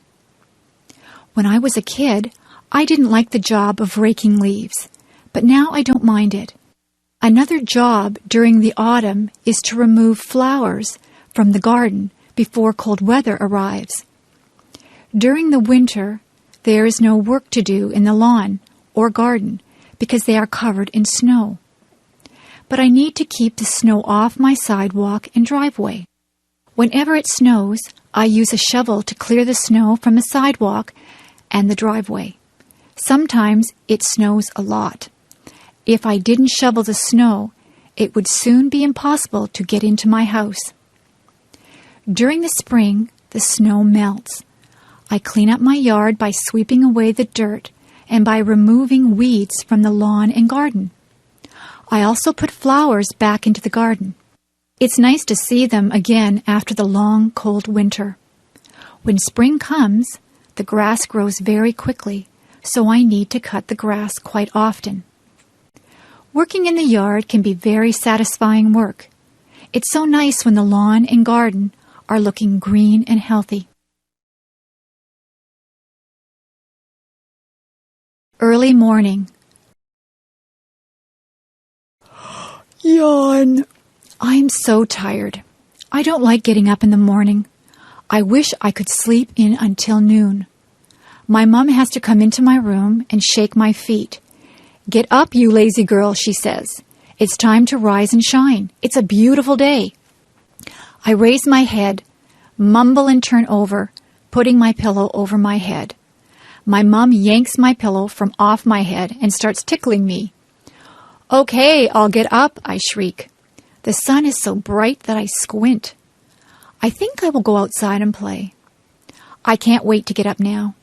My mom cooks me breakfast. I have eggs, bacon, toast, and orange juice. When I finish my breakfast, I brush my teeth, comb my hair, wash my face, and then change into my play clothes. I choose a bright pink and yellow tank top with jean shorts and blue sandals. My bike is in the garage where my dad keeps the cars and tools. As I pedal, my hair flies out behind me. I keep my mouth shut so that bugs don't get in. I am going down a big hill now. I can hardly pedal anymore. My legs are moving so fast. I hang onto my handlebars tightly. I don't want to fall off. I finally am able to slow down as the road becomes level. I turn a corner and decide to go back home. I realize I now have to ride up the hill. I know I will be tired when I get to the top. I think that I will have some water now before I start to go up. It tastes great. It is so clean and cold. Well, I know that I have a big trip ahead of me, so I need to get going. Bye-bye. The wedding. We went into the church and sat down. There were pretty flowers at the front. There was beautiful organ music playing. The church was full of people dressed up nicely. Everyone was waiting to see the beautiful bride walk up the aisle. A hush, an intake of breath. There she was. Oh, she was so beautiful. She had a lovely long white dress with pretty lace and beads. Her hair was swept up off from her face. There were curls flowing down her back. Instead of a veil, she had little flowers in her hair. Her bouquet of tiny flowers was very, very pretty. Her dad looked very proud of her. He looked just a little sad, too. At the front of the church, the groom stood waiting. He had a beautiful, tender smile on his face. He took his bride's hand as her dad left her there. They smiled at each other. The minister read, prayed, and offered some words of advice to the lovely couple. Someone sang a pretty song. The groom slipped the simple wedding band on the bride's finger. She struggled a little to put a band on his finger. Pretty soon the minister said they were now husband and wife. They kissed. We all stood as they walked down the aisle to live the rest of their lives together as Mr. and Mrs. We cried. Visiting the zoo. When I was a kid, I always enjoyed visiting the zoo. My family lived far away from the zoo, so we didn't go there very often. But whenever we went to the zoo, I always had a fun and interesting time. Some of the animals were very large. Of course, the elephants were huge, and they had such an unusual appearance, with their big ears and their long trunk and tusks. The giraffes were very tall, with long necks that reached high into the trees. Some of my favorite animals were big cats. The lions looked very powerful, with their big teeth and paws. The tigers were just as big and strong, with yellow and black stripes. But the bears were even larger than these cats. The polar bears, with their bright white fur, liked to swim through the water. The grizzly bears had brown fur and liked to roam around on land. The animals from Australia seemed very unusual. The kangaroos, with their strong legs and long tail, could jump great distances across the ground. The baby kangaroo could go inside its mother's pouch. Another Australian animal, the koala bear, crawled slowly in the trees where it ate leaves. The monkeys and apes were also very interesting. In many ways, they reminded me of people. Some of the monkeys were very small. They could use their arms, legs, and tail to swing through the trees. Some of the apes were very large. The gorilla was the largest of all. Sometimes a big gorilla would stand up and pound his fists on his chest. To see all the animals at the zoo took almost a whole day. By the end of the day, I was very tired from walking around. But I was also very happy to see all the amazing animals from places around the world. The dentist appointment. My dentist called my house the other day. He told me I needed my teeth cleaned. I set up an appointment to see him on Saturday, June the 10th. When I got to my dentist's office, I had to sit in the waiting room. There were other people ahead of me. They finally called my name. I went into his room and sat down on a big blue chair. They leaned it back. A bright light was turned on. It hurt my eyes, so I closed them. My dentist asked me to open my mouth. I did. I thought my mouth was very big, but he told me to open it even wider. Soon he began poking around to see if I had any cavities. He flossed my teeth and put fluoride around my teeth too. The fluoride tasted like bubble gum. I had to spit into a dish-like bowl. It squirted out water. My dentist kept asking me questions. I couldn't answer because there were weird tools in my mouth. When I tried answering back, he seemed to understand, though. His helper came into the room. She asked me to open my mouth again. I had to clamp down on something that felt like rubber. She put a big camera-type machine right next to my cheek. She did this on the other side of my face as well. They took 2 pictures of my teeth. It was really cool. The dentist told me my teeth were perfect. I didn't have any problems. I could go home. See you next year, he said. If I had $1 million.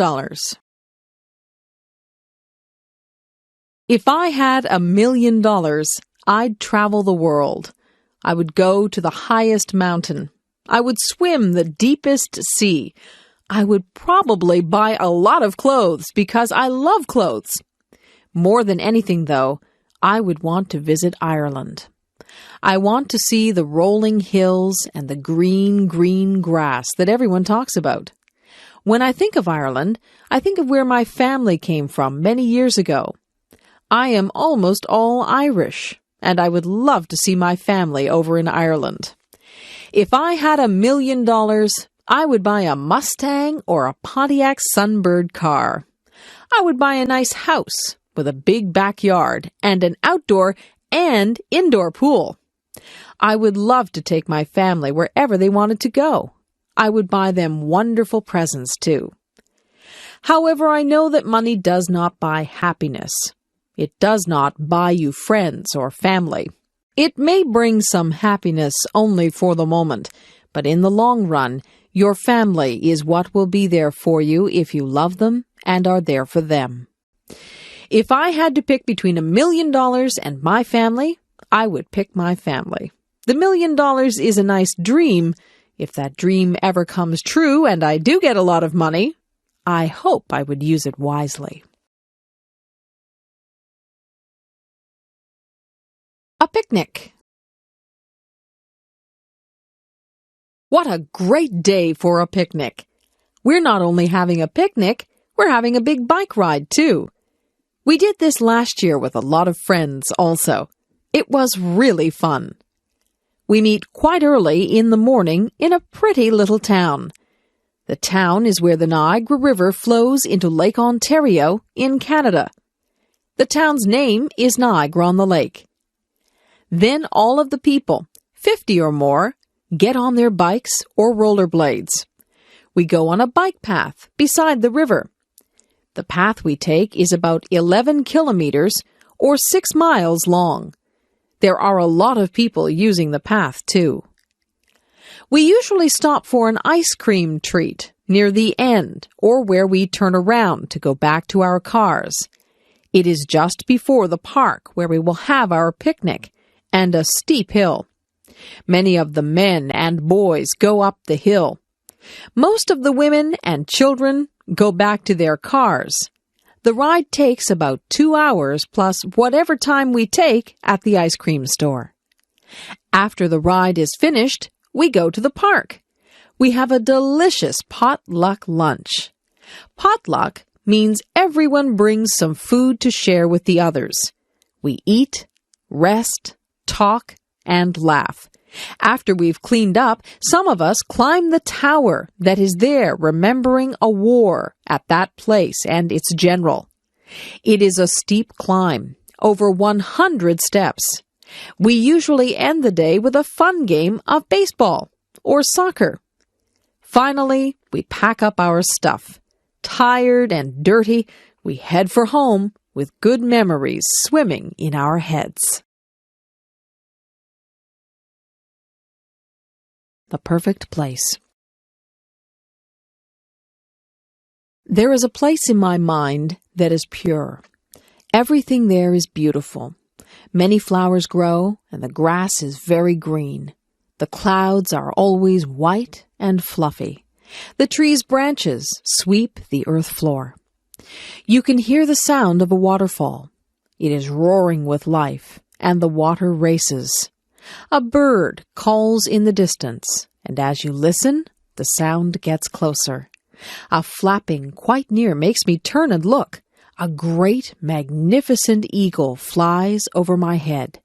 The strength I see in his powerful wings amazes me. I am never thirsty or hungry. I live off the beauty that surrounds me in this perfect place. I walk on trails that lead me to breathtaking places. The beach is my favorite spot to end up. The sand between my toes is soft and cool. I love to lie down on the sand. I watch the sun go down. Sometimes the sun is a brilliant orange. The world seems like it is on fire. Waves lull me to sleep. The seagulls wake me up. In this perfect place, I have learned so much. The animals and their homes are so precious. I have learned to respect the animals. They were here first. The sounds, smells, and sights are too perfect and full of life. There is no war here, no anger or stress. I don't have to worry about pollution or destruction. My perfect world exists only in my head. Maybe if we all work hard, my fantasy can become real. Daydream. Little Annie was very bored one lazy afternoon. She had nothing to do. She had already played with her brothers in the sandbox and had tea with them and her dollies too. She had baked chocolate chip cookies with her mom and even tasted one. They were very good, she thought. Now Annie was trying to figure out what else she could do to pass the day away. Little Annie decided that she would go to her favorite spot in the world, the green, grassy field full of daisies beneath the great oak tree. She took a red and white blanket with her. She laid it down on the ground, and then she lay down on it. She lay there looking at the clouds, fluffy and white. She saw bunnies, huge gray elephants, and scary-looking crocodiles. Soon little Annie was drifting in and out of clouds and reality. The clouds started dancing with her, begging her to come and play. She got up from her blanket and joined the clouds. They flew over rooftops of all of the village people, swam with the fish in the lake, and said hello to all of the birds that they passed by. Little Annie was having so much fun. The clouds had formed into a chariot, so little Annie could drive if she wanted to. She drove over a rainbow that was bright in the sky. Then she shot through the branches of her friend's spruce tree.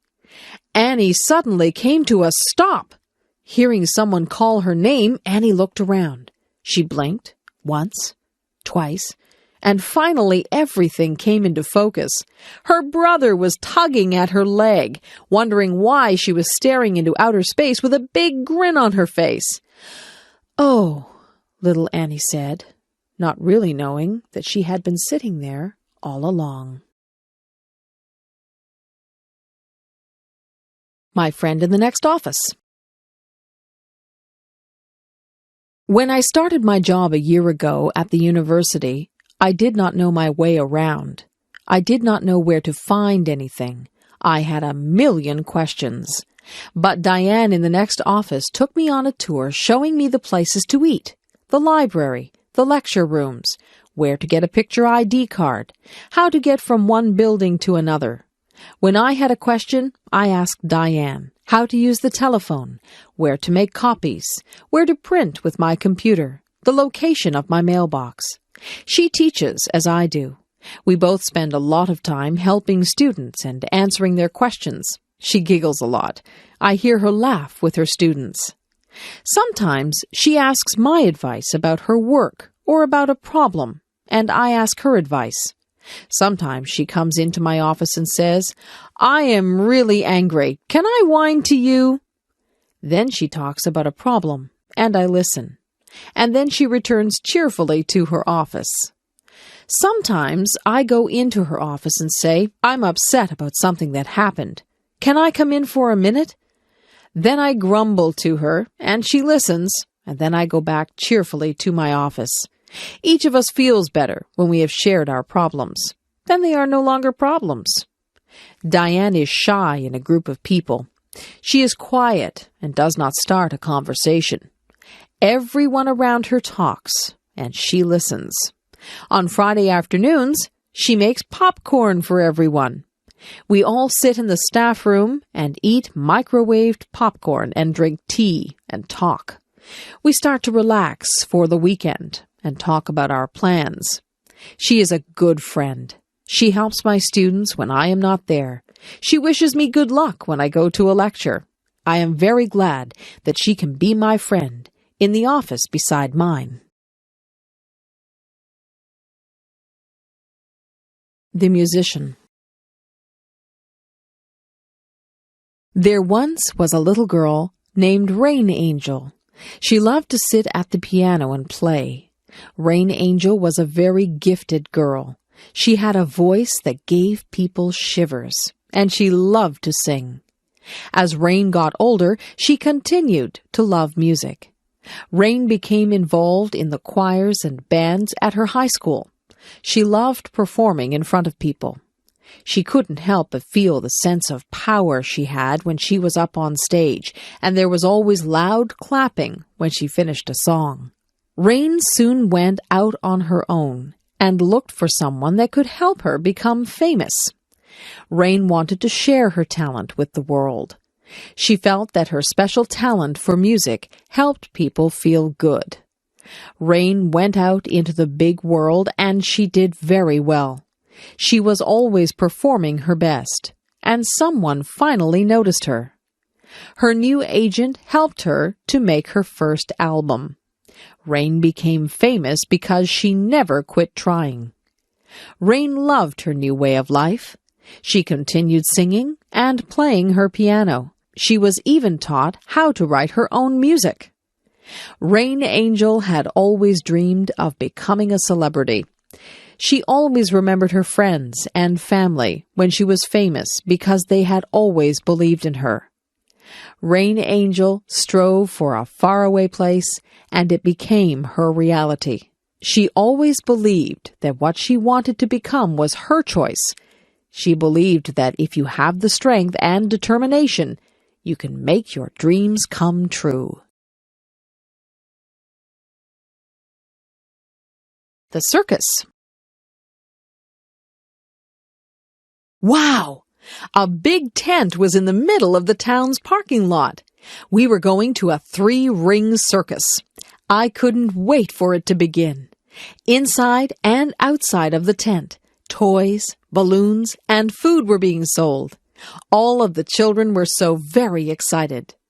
Inside the tent, we found good seats so we could see everything. The band started to play loud music, and the ringmaster came out with a big tall hat on his head. In one ring, there were small animals, dogs, monkeys, and parrots doing tricks. The dogs were dressed in funny clothes, and so were the monkeys. They rode on bicycles, danced, and climbed ladders. There were wild tigers and lions in a big round wire cage. A man with a whip was inside the cage with them.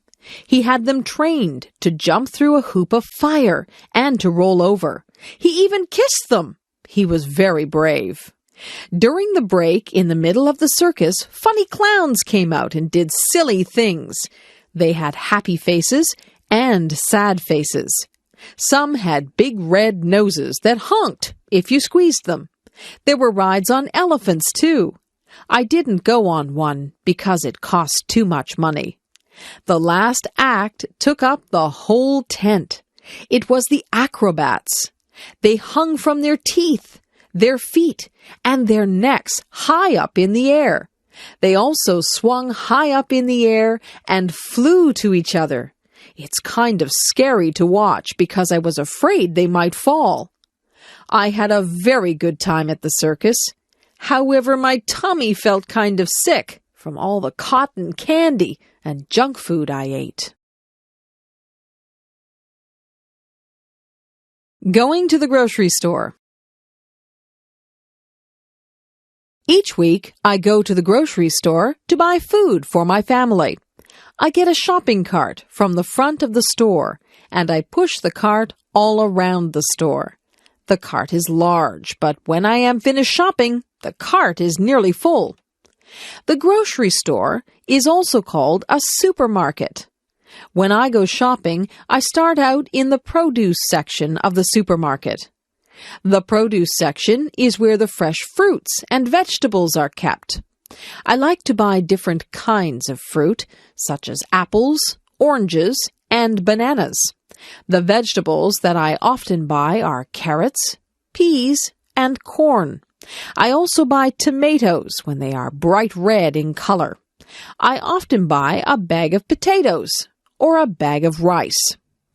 After visiting the produce section, I go to the meat section. Here I buy poultry, such as chicken and turkey. I often buy seafood, especially fish. I also buy beef, and sometimes pork or lamb. I also visit the dairy section, where I can buy milk and cheese. Sometimes I also buy ice cream or yogurt. When I have finished in the meat and dairy sections, I then move to the bakery section. This is where loaves of bread are baked and sold. There are many different kinds of bread in the bakery section. The bakery section also sells pasta, such as macaroni and spaghetti. And of course, you can buy pies, cakes, and cookies in the bakery section. These foods are very sweet and tasty. I also pick up a few other things at the supermarket, such as soap, toothpaste, and cleaning supplies. But sometimes I forget to buy something that I plan to get. Maybe I should make a list of the things I need to buy. A day at the beach. When the hot summer weather arrives, many people like to cool off by visiting the beach. Often there is a cool breeze that comes off the water. And of course the water itself is cool and refreshing. One of the favorite activities at the beach is building sandcastles. Children use small shovels and pails to move the sand. They can build small forts and castles by carefully forming and shaping the sand. Building sandcastles is a lot of fun, but you shouldn't build them too close to the water. A wave might come and wash your sandcastle away. There are also many games that people like to play at the beach. Some people play catch with a small plastic disc called a frisbee. The frisbee glides smoothly through the air. Other people like to play beach volleyball in the soft sand. Some people prefer just to relax on the beach. They like to lie down on a blanket and feel the warm sunshine. I like to sit on the beach with an ice cream cone, but you have to eat it quickly before it melts. Of course, the main attraction of a beach is the water. Many children learn to swim at the beach and enjoy playing in the water. Some people like to swim vigorously. Other people like to relax in the water on an inflatable floating mattress. Other people just wade around in the water as a way to keep cool. When it is a windy day, some people try sports, such as surfing. Going to the beach is surely one of the best ways to spend a summer day. Making cookies. Something smells good. My friend's mom is making cookies. They are chocolate chip, my favorite. I think I'll go home and ask my mom if we can make cookies too. I run all the way home and rush through the door. I yell, "Mom, Mom!" She comes out from her bedroom, her eyes wide. "What?" she answers, a little worried. I breathlessly ask if we can please, pretty please, make cookies. She smiles and says, "I guess so." "Yes," I reply. First, Mom tells me to get out the cooking stuff.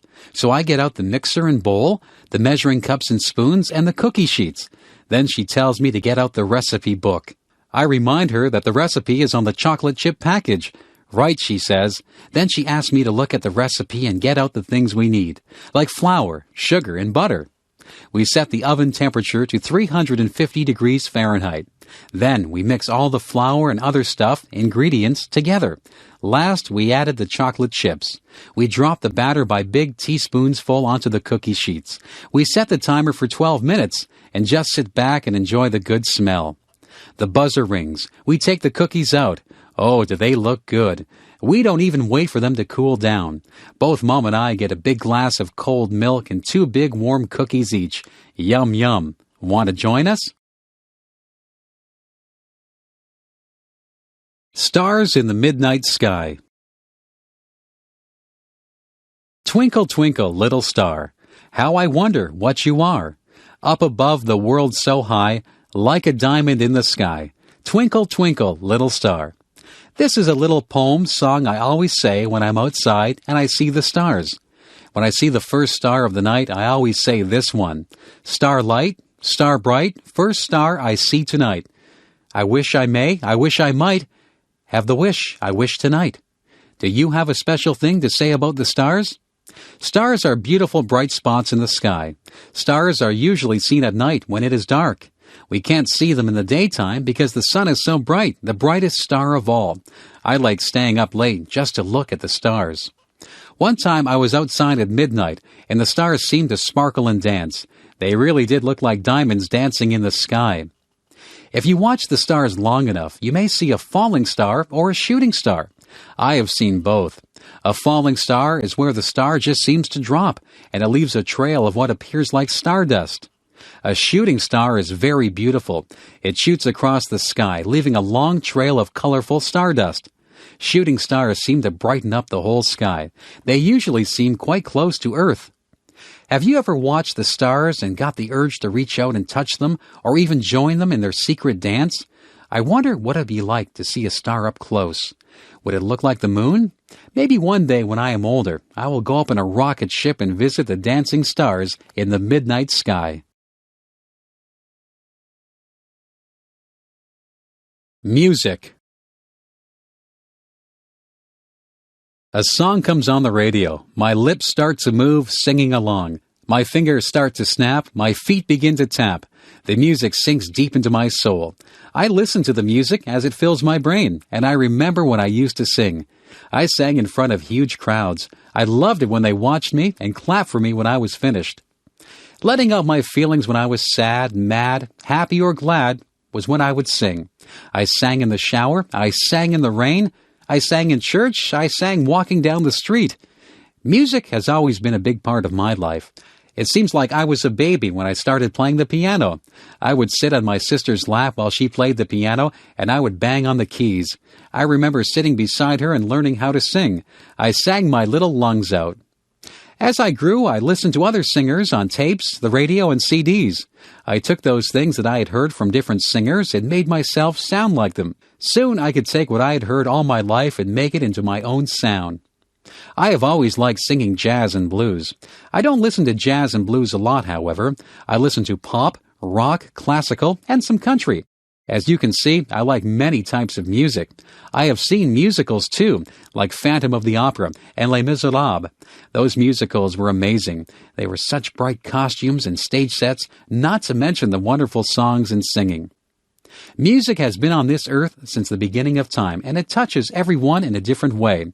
I know it has not only touched mine, but is a big part of my very being. Bedtime. I am almost 9 years old and my bedtime is 8:30 p.m. I think that is so unfair. I think I am old enough to stay up until at least 9 p.m. My parents say that I have to go to bed early because I have school the next day. I can't wait until I am grown up and can stay awake as long as I want. Even though I think I should be able to go to bed later, I do like our nighttime routine. At about 8:15 p.m., my mom sends us upstairs to put on our pajamas. When we come back downstairs, we read together. Sometimes Mom will read to us, and sometimes we will read to her. If Dad is not working, he will sometimes read too. Mostly it is Mom we read with, though. When we read, Mom helps us with words we cannot read. We have to try and sound the word out, but if we are really stuck, she will help us. If we come to a place in our reading where we do not understand the meaning of what was written, we stop reading and look at Mom. She will tell us what it means or help us figure it out on our own. After we are finished reading, we say goodnight to everyone in the house. First, we say goodnight to Mom and give her a hug and a kiss. Then we do the same for Dad, then our little sister, and then our dog. Afterwards, we go upstairs and brush our teeth. I have to do special stretching exercises for the muscles in my chest and legs, or I get pains when I run and play. I do my stretching before I get into bed. After my exercises, either my brother or I turn off the lights. We share a bedroom, so we take turns turning the light off. Before we get into bed, we say our prayers. After we get into our beds, my brother and I talk to each other for a long time. We tell each other about our day or about what we hope will happen in the future, about our friends and all sorts of other important things. After a while, we get so tired we just fall asleep in the middle of talking. Even though we go to bed at 8:30 p.m., we talk so long we don't go to sleep until about 10 o'clock p.m. I still do not know why I have to go to bed so early when I'm not even tired. Why do I like mathematics? Sometimes there is a problem in life that has no answer. Perhaps a child has trouble learning. Perhaps someone becomes ill. Perhaps there was love, but now there is conflict. These problems are hard to solve. There is no single answer. Many people have opinions on what is the best answer. But in mathematics, there is an answer, a single answer that is right. There is no doubt. There is no argument. This answer is right. If we ask, what is 5 plus 7? The answer is 12. If we ask, how do you raise a child? The answer would depend on the child and the parents. Sometimes there is more than one way to reach an answer. Imagine we want to find the area of a triangle. The triangle has a right angle. The two sides surrounding the right angle are 20 millimeters and 30 millimeters. The formula for the area of a triangle is 1/2 of base height. We could consider the 20 millimeter side as the base and 30 millimeters as the height. We could consider the 30 millimeter side as the base and the 20 millimeter side as the height. Both ways would produce the same answer. The area is 300 square millimeters. Alternatively, we could consider the base as the third side of the triangle, and then we would have to draw a height and measure it. The height would be neither 20 nor 30. But still, we would end up with the same answer. In math, the answer does not change. Another reason I like math is the way it brings order. There can be a whole set of numbers or a whole set of measurements that mean nothing until mathematics organizes them into a pattern. An average number can be found. Graphs can be drawn. The spread of the numbers and probabilities of a certain number happening can be calculated. This is like having a whole lot of dirty dishes after supper. Applying math is like washing and sorting the dishes and putting them back into the cupboard. Math is a powerful tool. Math should be our friend, and we will find more ways to use it to better our lives. My sister's visit to Canada. My sister had never been to Canada, but came for a visit last April. I picked her up at the airport in Toronto and drove her through the traffic and multi-lane highways, past the grapevines and peach trees to Niagara Falls, where I live. She was very tired from the flight and soon slept. The first day, we walked to see the falls. The spray from the falls drifts high into the air and across the people standing to watch. There are people from all over the world watching the water and using their cameras. Because it was April, there was still ice beside the water, huge chunks of ice that looked like white rocks. In the river, there were floating pieces of ice moving downstream. The next day, we went to the town where the Niagara River joins Lake Ontario. The weather was warm. We walked a long way, and our feet were hot, so we went down to the edge of the water to put our feet in. One toe in was enough. The water was so cold it made our feet ache. A piece of ice drifted beside our feet. I put one foot in for a second, then out, as the pain of the cold went right through me. My sister could not understand how it could be so warm, but there was still ice. Another day, we went to see my daughter. She is living on a farm, an hour's drive away. We walked through her trees. The buds were starting to turn into leaves. We stopped and looked at the spring wildflowers. We climbed across a creek by walking over a fallen tree. We saw the footprints of raccoons by the water. There was fresh air and sunshine and blue sky. On the way home, we stopped for hamburgers and fries at a drive-through restaurant. She had never been to a drive-through restaurant before. Then we went to a donut shop. There are no donut shops where she lives. There was a choice of 20 different types of donuts, some round, some with holes, some with frosting, some with jam inside. Each was different. The days passed quickly, and soon it was time to take her back to the airport. Some of the trees now had leaves. Some of the tulips were now blooming. It was hard to say goodbye to my sister. I hope we can visit again soon. A Summer Sunday. Today the sun was warm. The sky was blue with a few white clouds. It was a good day to pick strawberries. It was a good day to go to the beach. I drove to a pick-your-own farm where people can pick their own fruit and buy it. There the fruit is very fresh and delicious. The owner of the farm gave everyone a row to pick their strawberries. Everyone was wearing sun hats. I knelt down on the straw between the rows and picked the big, juicy red berries. I tasted one. It was warm from the sun. When I bit into it, the juice was sweet and strong. When 3 big pails were full, I went to pay for them and picked up some recipes for some strawberry desserts. I packed 2 of the pails in a cooler with some ice, and the other one we would eat at the beach. I met my daughter at the beach. She had a soft pink blanket on the sand. This beach is beside a lake, and across the lake, about 50 kilometers away, the large city can sometimes be seen. Today, the wind blew cooler air across the lake over the people on the beach.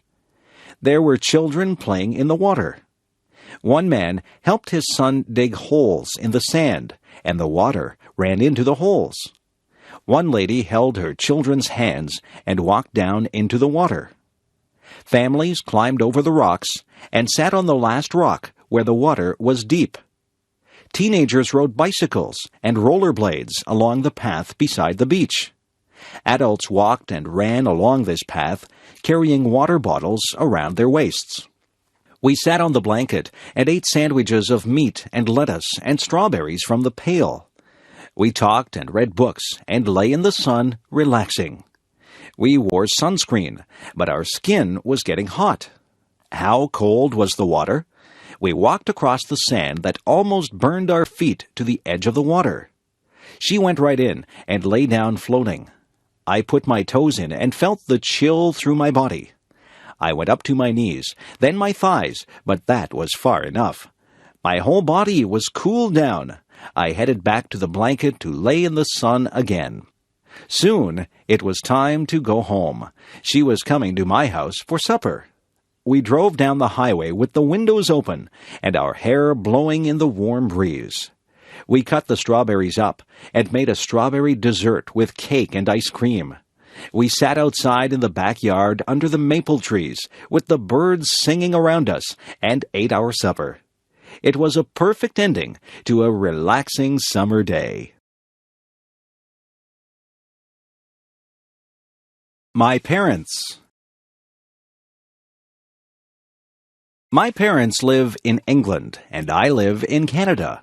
I don't see them often.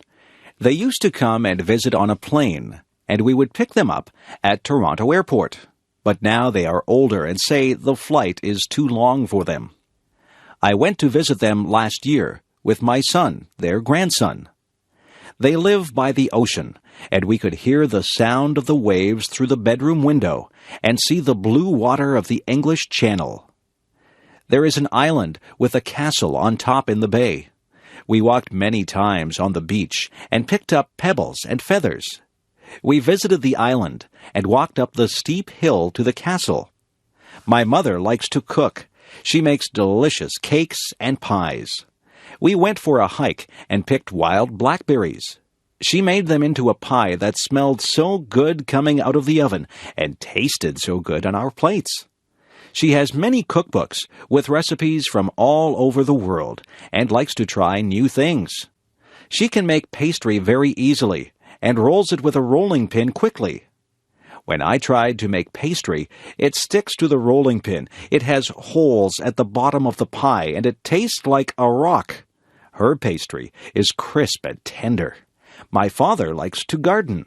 He grows lettuce, carrots, potatoes, tomatoes, cucumbers, and many flowers.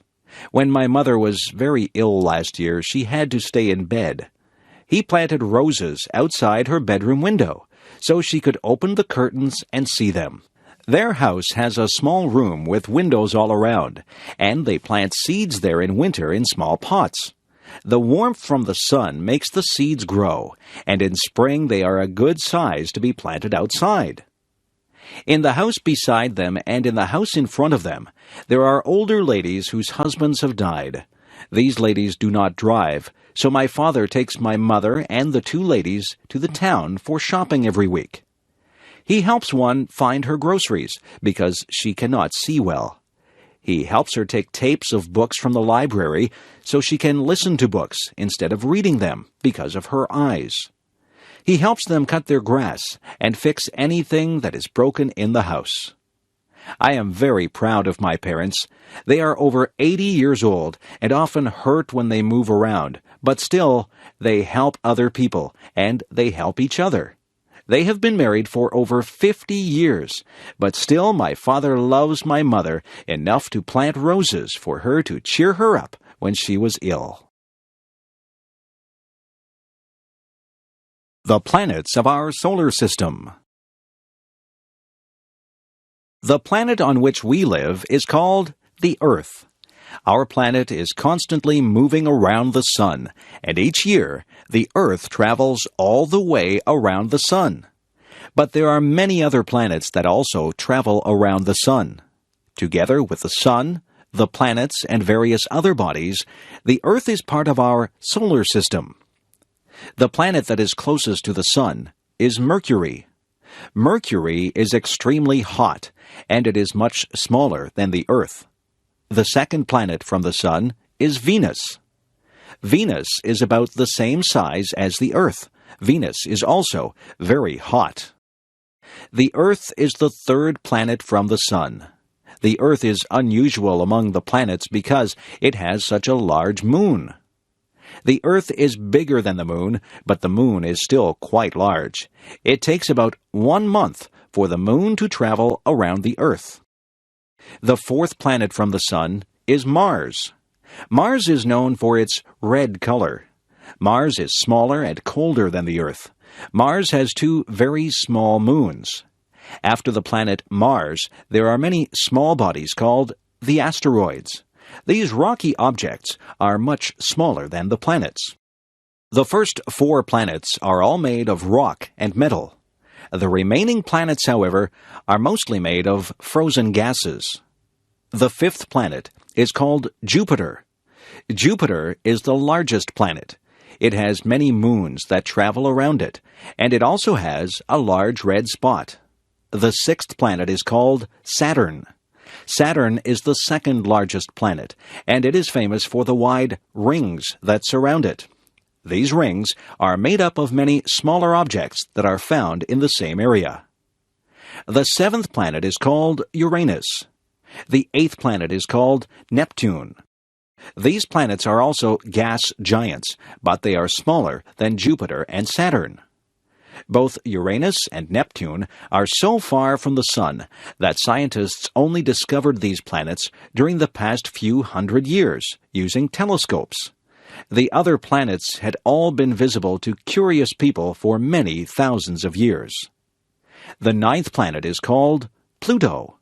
Pluto is very small, and it is much more rocky than the gas giants. Some scientists believe that Pluto is not really a planet at all. They suggest that Pluto is the largest of many asteroids that are found at the edge of the solar system. The solar system is a vast place. So far, people have not traveled beyond the moon. But perhaps someday, human astronauts will visit the other planets of our solar system. Learning to drive. Each year, many young people learn to drive a car. For many people, learning to drive is important because the car is an important method of transportation in many places. Before learning to drive a car, it is important to understand the rules of the road. A beginning driver should already understand the many signs that are found along the roads. Also, the student driver should know the many rules about changing lanes, turning, stopping, and many other aspects of driving. In addition, the driver should be familiar with the way the car is operated. It is important to know how to use the lights, signals, brakes, accelerator, and steering wheel. When a person starts learning to drive, it may take some time to become skillful. It takes some practice to become an expert in driving a car. One must become familiar with steering, speeding up, and slowing down. At first, it is good to practice driving in a large open space, such as an empty parking lot. Here, one can practice without being a danger to anyone. When a person gains some skill in driving, it is then safe enough to practice driving on a road. Of course, a student driver must still be very careful. He or she should always have an expert driver in the car with him or her. Many beginning drivers take driving lessons from professional instructors who can teach safe driving techniques. Eventually, the young driver is ready for a driving test, which is needed to obtain a regular driver's license. This test is supervised by a government official. In the driving test, the driver must show that he or she can control the car with great skill by being able to make turns and to park the car in small spaces. But he or she must also show respect for the rules of the road by driving at a proper speed and obeying all traffic signs and signals. Of course, even when one has obtained a driver's license, it is always important to drive carefully and responsibly. Snow. Snow is the white substance that falls to the ground during cold weather conditions. Each tiny piece of snow, called a snowflake, is a very small amount of water that has frozen into an unusual shape. During the winter months, huge numbers of snowflakes fall to the ground, covering the land in a white blanket of snow. In many parts of the world, people never see any snow. Snow only falls when there is moisture in the air, and when the temperature falls below the freezing point of water, which is 0 degrees Celsius. During the winter, snow falls instead of rain. One advantage of snow is that it allows many fun outdoor activities. Children like to play in the snow. For example, they may make a snowman by rolling snow into a large ball and then placing these balls of snow on top of each other in the shape of a person. Another fun activity in the snow is skiing. Skis are very long, thin, flat pieces of hard material that one wears on one's feet. Wearing skis allows a person to slide along the surface of the snow. People can ski down the side of a hill, traveling at great speeds. Many people find the sport of downhill skiing to be very exciting. Some people like to ski along flat ground, often traveling great distances. This sport, called cross-country skiing, is an excellent way to develop physical fitness. Of course, snow also causes some problems. Snow can make driving dangerous because falling snow makes roads slippery, and on a windy day, blowing snow can make it difficult to see very far. It can also be a lot of work to remove snow from the roads and sidewalks. Snow is a heavy substance, and it must be cleared away using a shovel or a large machine. Many people love the beauty of the land when it is covered by snow. The white covering of snow over the fields and trees can give a feeling of peace and calm. If you have never seen snow before, you should someday experience this strange and wonderful substance. Christmas. In most Western countries, Christmas is the biggest holiday of the year. People gather with their families to celebrate this day, which occurs on December 25th each year. The holiday of Christmas celebrates the birth of Jesus Christ. In the Christian religion, Jesus Christ is recognized as the Son of God.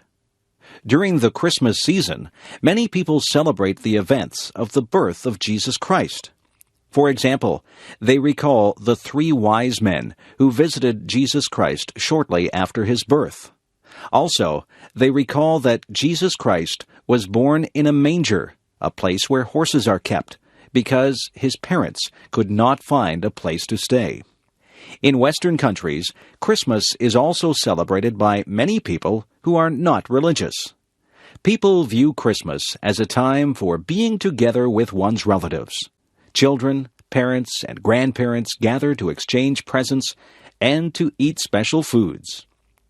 The tradition of giving gifts at Christmas is unusual in one way.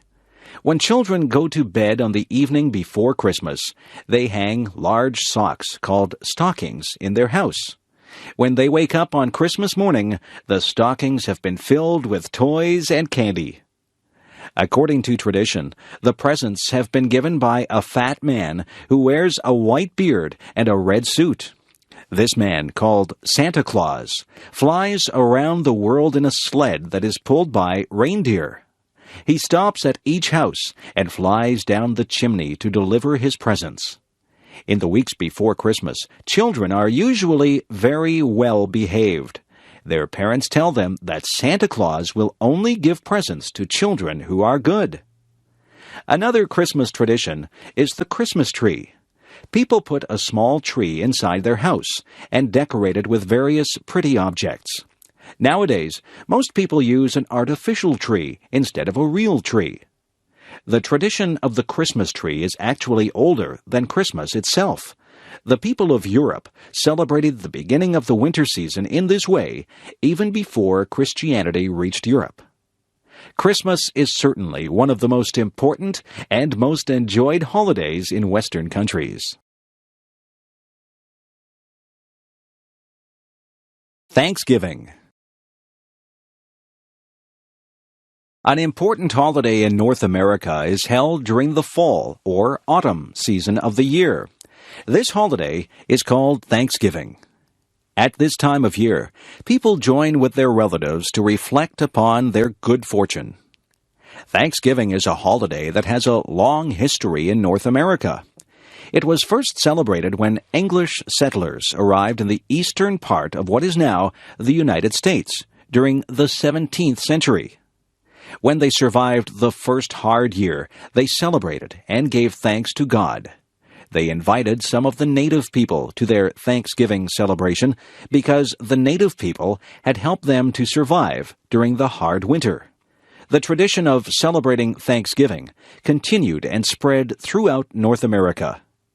Each fall, during the time of the autumn harvest, people celebrated Thanksgiving. They gave thanks for the food of the harvest and for all the good things in their lives. Today, the tradition of Thanksgiving celebration continues. Families gather to eat a large bird called a turkey. They also eat pumpkin pie. This is a sweet dessert that is made from a large orange vegetable that grows on the ground. In the United States, Thanksgiving is celebrated on the fourth Thursday of November. But the following day, Friday, is also a holiday, and then comes the weekend. In Canada, Thanksgiving is celebrated on the second Monday of October. The reason for the earlier celebration in Canada is that the weather is colder than in the United States. This means that the harvest happens earlier in Canada, so Thanksgiving is held at an earlier date. But in both countries, Thanksgiving is a very pleasant time of year. Halloween. The holiday called Halloween is celebrated on October 31st of each year. Halloween is not an official holiday. Everyone goes to work or to school on Halloween, just as on any other day. But Halloween is still one of the holidays that children like the most. Why do children like Halloween so much? There are two reasons: costumes and candy. On the evening of October 31st, children dress up in strange and unusual costumes. They wear costumes that may look like a witch, a monster, or many other weird things. Putting on these scary costumes is a lot of fun for children. After the children put on their costumes, they walk from house to house during the evening. The children carry large bags with them. At each house, they stop and knock at the door. When an adult opens the door, the children shout, "Trick or treat!" The adult who opens the door pretends to be frightened and then puts pieces of candy into each child's open bag. At the end of the evening, the children have visited many houses and have collected much candy. During the next several days, they can feast upon the sweet candies that they have received.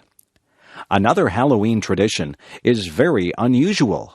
In each house, a family gets a very large, round orange vegetable called a pumpkin. They cut a hole in the top of the pumpkin and empty out the flesh and seeds of the vegetable. Then they cut holes in the side of the pumpkin so that it appears to have eyes, a nose, and a mouth. When the carving is finished, the pumpkin looks almost like a person's face. When the pumpkin has been carved to look like a face, people place a light inside the pumpkin so that the vegetable seems to glow in the dark. This strange-looking face is called a jack-o'-lantern. On Halloween evening, one can see many of these jack-o'-lanterns, some of which are very beautifully carved. Halloween is truly a fun and interesting holiday, especially for children. Easter. Traditionally, Easter has been one of the most important holidays of the Christian religion. For Christians, the Easter holiday celebrates the death of Jesus Christ, who died for the benefit of all people. The exact date when Easter is celebrated is different each year, but it is always held in early spring, during March or April.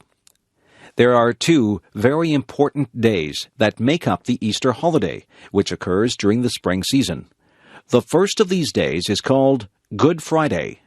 Christians recognize Good Friday as the day when Jesus suffered and died on behalf of humanity. The second of these days is called Easter Sunday. Easter Sunday occurs 2 days after Good Friday. Christians celebrate Easter Sunday as the day when Jesus rose from the dead and went to heaven. For Christians, Easter is the most solemn holiday of the year.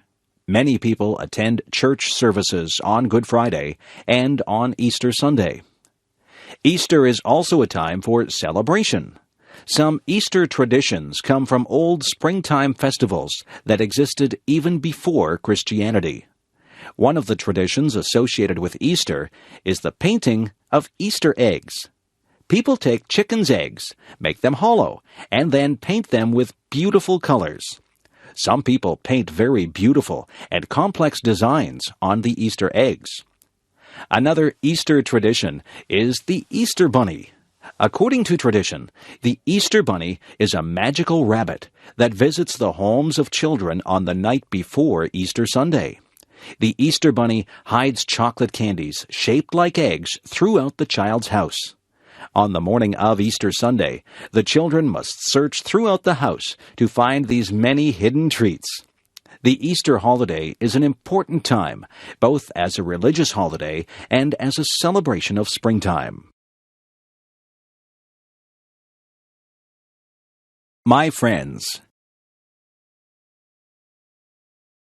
Two of my best friends are named John and Jane. John and Jane are related to each other. In fact, they are brother and sister. Not only are they brother and sister, but they are also twins. Their mother gave birth to them only a few minutes apart.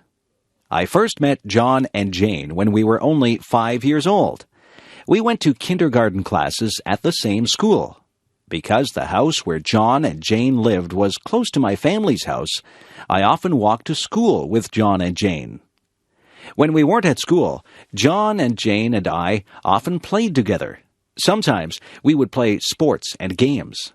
Sometimes we would play in the forest looking for birds and animals. On rainy days, we would stay inside and play with toys and dolls. On warm summer days, we would go swimming in the lake that was near the place where we lived. I often visited John and Jane at their house. On many occasions, I had lunch at their place. John and Jane's parents were very nice to me. Of course, John and Jane often visited my house, too. My parents enjoyed it when John and Jane came over for lunch. When I became older, I remained friends with John and Jane. Sometimes we would study or do our school homework together. Sometimes we worked at the same part-time jobs to make extra money. We often helped each other in various ways. Sometimes I did a favor to help John or Jane, and sometimes they did favors to help me. Eventually, when we grew up, I moved to a different town. Both John and Jane also moved to different places. But I am still good friends with John and Jane. 2 years ago, I went to Jane's wedding, and last year, I went to John's wedding. I think I will probably always be friends with John and Jane. Having friends is very nice. I am very lucky to have had good friends such as John and Jane. Hobbies. Hobbies are activities that people do in their spare time for the sake of enjoyment. A hobby usually involves work of some kind, but the work is fun for the person who does it. Some people enjoy their hobbies very much and like to spend much time on those hobbies. There are many different hobbies that people enjoy. One of the most popular hobbies is gardening. Many people enjoy growing beautiful flowers or tasty vegetables in a garden near their house or apartment. People who have a garden enjoy seeing the results of their work when flowers show their bright, beautiful colors. But gardeners also enjoy the tasks of gardening itself. They like to work in the soil, planting and watering their flowers. Another popular hobby is photography. Some people enjoy taking pictures of the people and places around them. People who enjoy photography may sometimes buy expensive cameras that allow interesting photographs to be taken. But even people who have only a basic camera can still take beautiful pictures. For many people, car repair is a favorite hobby. Some people enjoy looking at the engine and other parts of their cars. Those people make repairs or improvements to their cars. Of course, this is a useful hobby, but many people enjoy fixing up a car simply because they enjoy working with cars. Some people collect objects as a hobby. For example, some people collect postage stamps, and some people collect coins. It can be very satisfying to find the missing parts of one's collection, especially when the stamps or coins are very rare. Of course, these are just a few of the many hobbies that people enjoy. Do you have any hobbies that you enjoy? The middle child. I am the middle child of the family. I think it is nice in some ways. I have an older sister from whom I can borrow clothes from if she lets me. I get to meet my older sister's friends, although sometimes they think that I am too young to be with them. I have a younger brother. He is cute, but sometimes I have to babysit him. There are good things and bad things about being the middle child. My sister is the eldest child. She was the first child, so she spent time alone with my parents. She got lots of attention when she was first born. They took lots and lots of pictures of her. All her clothes and toys were brand new. I got her hand-me-downs. My parents were the strictest with her. They had lots of rules for her to follow. She is the first child, so they want her to be perfect. My younger brother is the baby of the family. I think that we all spoil him. We let him get away with some things that he shouldn't get away with. His room is always messy, and my mother never gets mad about that. She gets upset with me if my room is messy. She tells me that I'm old enough to keep a nice, clean room. It's no good thinking about which position you would like to hold in the family. You really don't have a choice about that. I think I like being the middle child.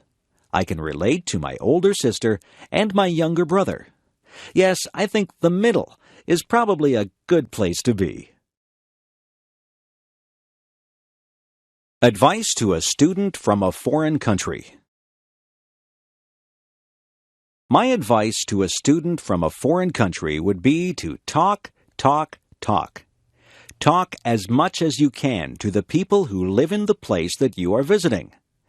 Talk to them and practice your new language skills.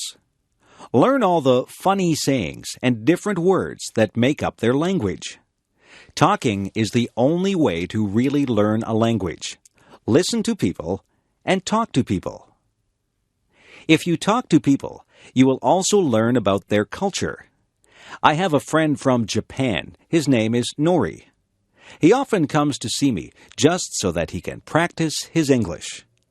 He gets confused about words that sound the same but mean different things. He was asking me about the words see and see. I explained to him that they do sound the same, but they are spelled differently, and they mean different things. Nori is learning some of our funny sayings from different people. One morning, I asked him how he was, and he said, "Alive and kicking." Another morning, when I asked him how he was, he said, "So-so." He laughs about these strange sayings that we use. He is learning English quickly because he spends a lot of time with English-speaking people. He likes to have lunch with my friends and me because we ask him questions about his homeland, and he answers us in English. If he doesn't understand our questions, we spend time explaining what we mean to him. He says that he enjoys being here. He thinks that the people are very friendly. We enjoy speaking to him and helping him to learn English. We also enjoy learning about his country. It is enjoyable for us to meet new people and learn about new things. A ghost. One dark and gloomy night, I was sitting in my bedroom reading ghost stories. The stories were very scary. A storm was brewing outside my window. The wind began to howl, and the trees shook and bent in the wind. Lightning started to flash across the sky. I felt uneasy as I heard the low rumble of thunder. I glanced around my room. The shadows were deep and dark. The ghost stories were making my imagination play tricks on me. I thought that the shadows were moving. I looked under my bed to make sure that nothing was under there. I hid under the covers and peeked out. I was starting to hear things. A big streak of lightning flashed across the sky, and a loud clap of thunder made me jump. I was very nervous. All of a sudden, I heard a noise. It was coming from my closet. I thought that it must be a ghost. I looked out from under my covers and waited for the ghost to appear. My face was white, and I was very, very scared. Then I heard the noise again. Yes, there was definitely a rustling in my closet. I stayed very still and did not make a sound. I watched the closet and hoped that the ghost would not come flying out at me. Something started to come out of the closet. I squeezed my eyes shut. I didn't dare look at the ghost. I heard it come out of the closet. I felt it jump up on my bed. I was still too scared to look. Then the ghost made a noise. It said, "Meow." I opened my eyes and saw my kitten standing there. It was my kitten that had made the rustling noises in the closet. I laughed and felt very foolish.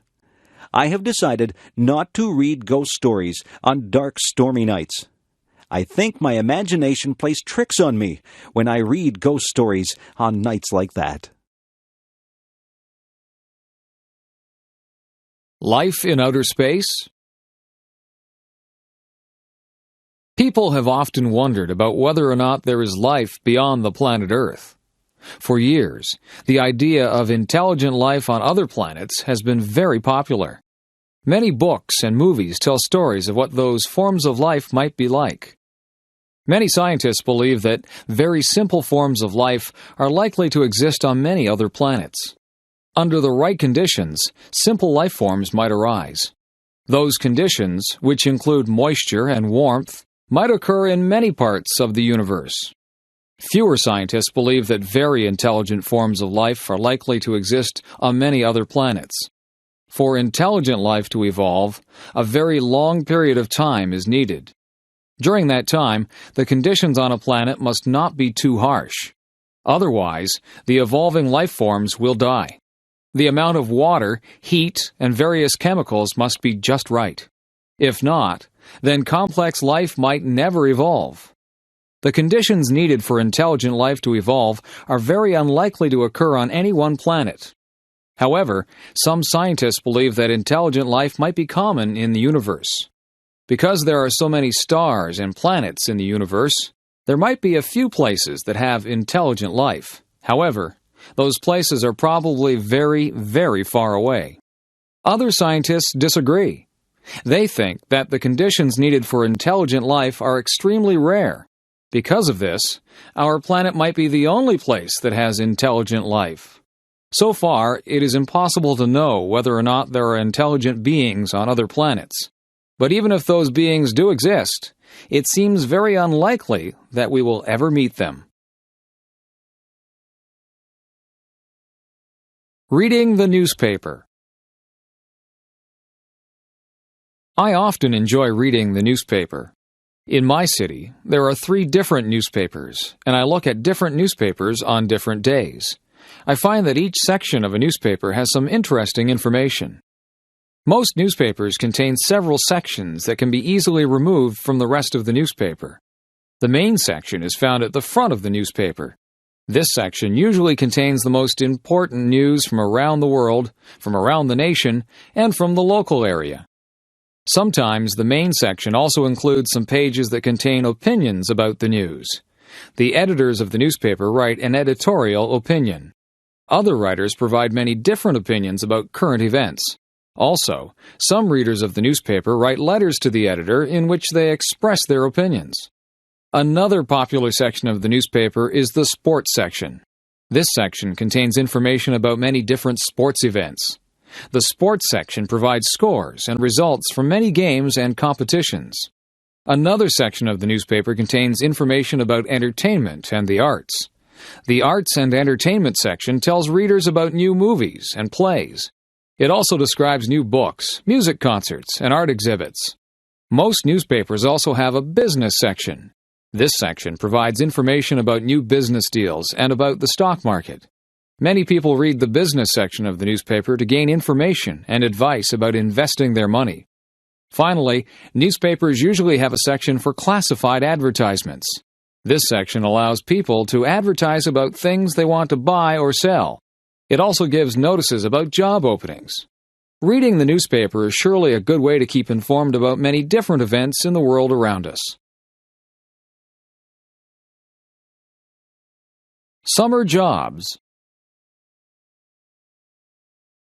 In North America, many young people attend high school, college, or university. But during the summer months, most of those students work at a summer job. For most students, there are no classes during the months of July and August, and sometimes none in May and June also. Having a summer job allows students to make money that they will need during the rest of the year. They need this money because it costs a lot of money to pay for university or college. Of course, students also want money to spend on things that are fun also. Many students have summer jobs that involve working with children. For example, some students work at children's camps, where they teach children various skills and games. Some students work as lifeguards at swimming pools and at beaches. Some students do heavy work in their summer jobs. For example, some students find jobs as construction workers. Other students work in factories, and some students work on farms. There are other students who find jobs mowing lawns or collecting trash. Quite a few students work in stores. Some of these students have jobs as cashiers, and some have jobs putting products on store shelves. Other students work in restaurants, as waiters or as cooks. Other students work in offices. Some of them work as assistants for other employees. Their tasks might include typing letters, programming computers, or delivering mail. Some students enjoy their summer jobs very much, and they find those jobs to be a pleasant break from studying. Other students do not really enjoy summer jobs, but find their jobs to be a nice way to make new friends. But nearly all students who have summer jobs are pleased to have the chance to earn some extra money. Eating out. Many people enjoy the experience of going out to eat at a restaurant. It is enjoyable to eat one's favorite foods or to try some entirely new food. Going out to a restaurant is also fun because it allows a change from the usual routine of eating at home. There are many different kinds of restaurants. One popular type of restaurant is the fast food restaurant.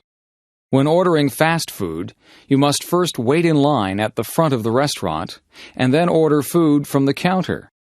After paying, the food is quickly delivered and you can then take the food to a table where you can enjoy your meal. In most restaurants, you don't have to go to a counter to order your food. Instead, you are taken to a table soon after entering the restaurant. There, a waiter comes to give you a menu. You can choose your meal from the foods that are listed on the menu. After ordering, it takes some time to prepare your food. After a while, the waiter brings your meal to the table. When you are finished eating, the waiter brings the bill or check. You then pay for the meal and leave some extra money as a tip for the waiter. In some restaurants, the waiter does not bring the meal to your table. Instead, after you are taken to a table, you then go to a counter called a buffet. There you can select different types of foods, such as salads, soups, meats, breads, vegetables, and desserts. After putting the food on your plate, you return to your table. After eating, you can return to the buffet to get more food. Other restaurants can be very fancy. They may have beautiful decorations, and they may have food that is prepared by expert chefs. These restaurants may also serve fine wines with the food. Of course, these restaurants are very expensive. At these restaurants, it is often necessary to reserve a table by telephoning the restaurant in advance. Different restaurants specialize in different kinds of food. Fast food restaurants may specialize in hamburgers or chicken. Some restaurants specialize in steak or seafood. Other restaurants specialize in foods that belong to a certain nationality. For example, many restaurants specialize in Italian, Mexican, Chinese, Indian, or Thai food. Eating out at a restaurant can be a fun and tasty experience. What is your favorite kind of restaurant? Radio stations. When I drive in my car, I like to turn on the radio. By listening to the radio, I can enjoy music and learn the latest news while I am traveling from one place to another. Of course, you can also listen to the radio at home or even at work. Listening to the radio is a popular activity for many people, and each city has many different radio stations. There are many different kinds of radio stations. Some radio stations provide news and information. Other radio stations have a talk format, where listeners can call the radio station's experts to discuss political affairs or to ask for personal advice. Although there are many radio stations that provide news and opinions, most radio stations are mainly devoted to playing music of some kind. For example, some radio stations play the songs that are currently most popular, often called the top 40 songs. Other radio stations specialize in particular types of music. There are some stations that play only classical music. Other radio stations mainly play jazz music. Some very popular radio stations play hard rock music.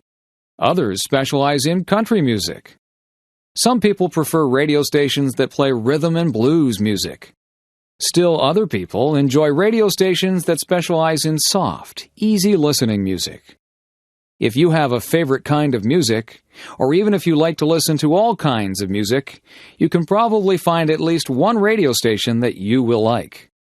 In addition to news and music, some radio stations provide other kinds of entertainment. Sometimes, a story from a book will be told over the radio. Occasionally, the words of a theatrical play may be heard on the radio. Even in the age of television and computers, the radio has remained an important source of entertainment and information. People will surely listen to the radio for a long time to come. Being a good citizen. Every society has laws that regulate the way people behave. A good citizen should obey laws. However, there is more to being a good citizen than merely obeying laws. There are many other things that people can do to make their society a pleasant one for every person. One way to be a good citizen is to be polite in everyday activities. For example, when passing through a door, a considerate person will hold the door open for a person who is close behind. Holding doors open is especially important when someone is carrying a heavy load. Being a good citizen is very important when traveling on the roads and streets. Pedestrians, bicyclists, and car drivers should all follow the rules of the road. Bicyclists should yield to pedestrians, and car drivers should yield to both bicyclists and pedestrians. Drivers should also allow other drivers to merge into their lanes. Also, drivers should avoid honking their horns except when this is necessary. A good citizen will also avoid doing things that interfere with others. For example, a considerate person does not smoke cigarettes in areas where this might irritate others. Also, a polite person avoids playing music so loudly that other people will be annoyed. And, of course, a good citizen avoids littering or making a mess. Other ways of being a good citizen involve greater effort. Some people serve their community by doing volunteer work of some kind. Other people help by donating money to a charity. Another way to serve the community is to donate blood. Blood donors are needed so that there will be enough blood available to help people who are sick or injured. Being a good citizen is very helpful for the community, and it also gives a feeling of satisfaction and pride. Visiting the doctor. When people feel sick, they go to a doctor. But sometimes people visit the doctor even when they are not sick. Doctors can perform a medical checkup to find out if a person is healthy. By performing this physical examination, the doctor can identify any health problems that might be developing. During a checkup, the doctor examines your eyes, ears, and throat. The doctor uses a small flashlight to examine the eyes, ears, and throat. It is important to make sure that the eyes react normally to changes in light. It is also important to make sure that the ears and throat have a normal appearance. When the doctor examines your throat, he or she will ask you to open your mouth wide and say, "Ah." The doctor uses a stethoscope to examine the patient's heartbeat. The stethoscope hangs around the doctor's neck. By using a stethoscope, a doctor can hear the patient's heartbeat very clearly. While checking the patient's heart, the doctor also listens carefully to make sure that the patient's breathing is normal. The doctor also checks the patient's blood pressure. Blood pressure is measured by placing a cuff around the arm. Air is then pumped into the cuff, and this allows blood pressure to be measured. Having very high blood pressure or very low blood pressure is not good for one's health. It is better to be in between. Another part of the examination is a test of the reflexes. The doctor tests the patient's reflexes by gently hitting his or her knee with a small hammer. If a person has normal reflexes, the leg will extend suddenly. Sometimes a doctor may give injections using a needle as an extra part of the checkup. These injections, called vaccinations, prevent the patient from developing certain illnesses. Medical checkups can help to maintain health, but people should also maintain their health by leading a healthy lifestyle. A small town. I grew up in a small town. There were only about 2,000 people who lived in the town where I grew up. When a town is very small, it is also called a village. My village was surrounded by many farms and many lakes. The house where my family lived was near the middle of the town. On the streets where we lived, most of the houses were similar in size, but many of them had different shapes and different colors. Each house was surrounded by a yard, where people grew their lawn and their garden. Often, I would walk from my house to the downtown part of the village. Downtown is the area where the stores and shops of a town are located. Because I lived in a small town, it was a short walk to the downtown area. Along the main street, there are several different kinds of stores. Some stores sold food, some stores sold clothing, and some stores sold hardware or building supplies. It was also a short walk to the schools in my town. When I went to elementary school, it would take about 10 minutes to walk to the school. Some of my friends lived on the same street where I lived. Sometimes we walked to school together. During the summer months, many people came from the big city to visit our village. The people liked to get away from the busy streets of the city. They enjoyed the quietness and the slow pace of village life. They also liked to spend their vacations near the lakes that were near the village. People from the city often said that people who live in villages seemed very friendly. When I grew up, I left my village and I went to work in a larger town. But sometimes I like to go back and visit the place where I grew up. Personal computers. During the 1980s and 1990s, personal computers became very widespread. The use of the computer has changed people's lifestyles in several ways. Before 1980, hardly anyone owned a computer. Only governments and large companies had computers. But throughout the 1980s and 1990s, computers became much cheaper, faster, and smaller, and they held much more memory. More and more people were able to afford to buy a computer. By the year 2000, computers had become very common. For many people, the personal computer is used mainly for performing calculations and for word processing. For example, people can calculate their finances on the computer. They can also use the computer to type their written documents, such as essays or letters. Many people enjoy playing games on their computers. Some people like to play chess or checkers on their computer. Other people prefer games that require fast reflexes and fine coordination. Computer games were very simple during the early days of the 1980s. Today's computer games show detailed images and sounds. Another very popular use of computers involves communication. Many people keep in touch with their friends and relatives by using electronic mail or email. Email allows people to send letters instantly to people far away. It is even possible to attach pictures to one's email messages. Many people also like to use their computer to gain information on the Internet. The Internet is a vast network of electronic pages where people can find information on many different topics. For example, people can read newspapers and magazines on the Internet. Personal computers have only existed for a short time, but for many people, those computers have quickly become a very useful part of everyday life. Methods of transportation. In the modern age, people often travel long distances. Sometimes people travel for reasons related to their work. Sometimes they travel as tourists. And sometimes people travel to visit relatives and friends. There are many different ways that people can travel. Some forms of transportation move people along the ground. Other methods of transportation move people across the water or through the air. Airplanes provide the fastest method of traveling. Modern jet airliners travel at about 1,000 kilometers per hour. These airplanes cruise through the skies almost 10 kilometers above the level of the sea. Jet airplanes allow people to travel great distances in a short time.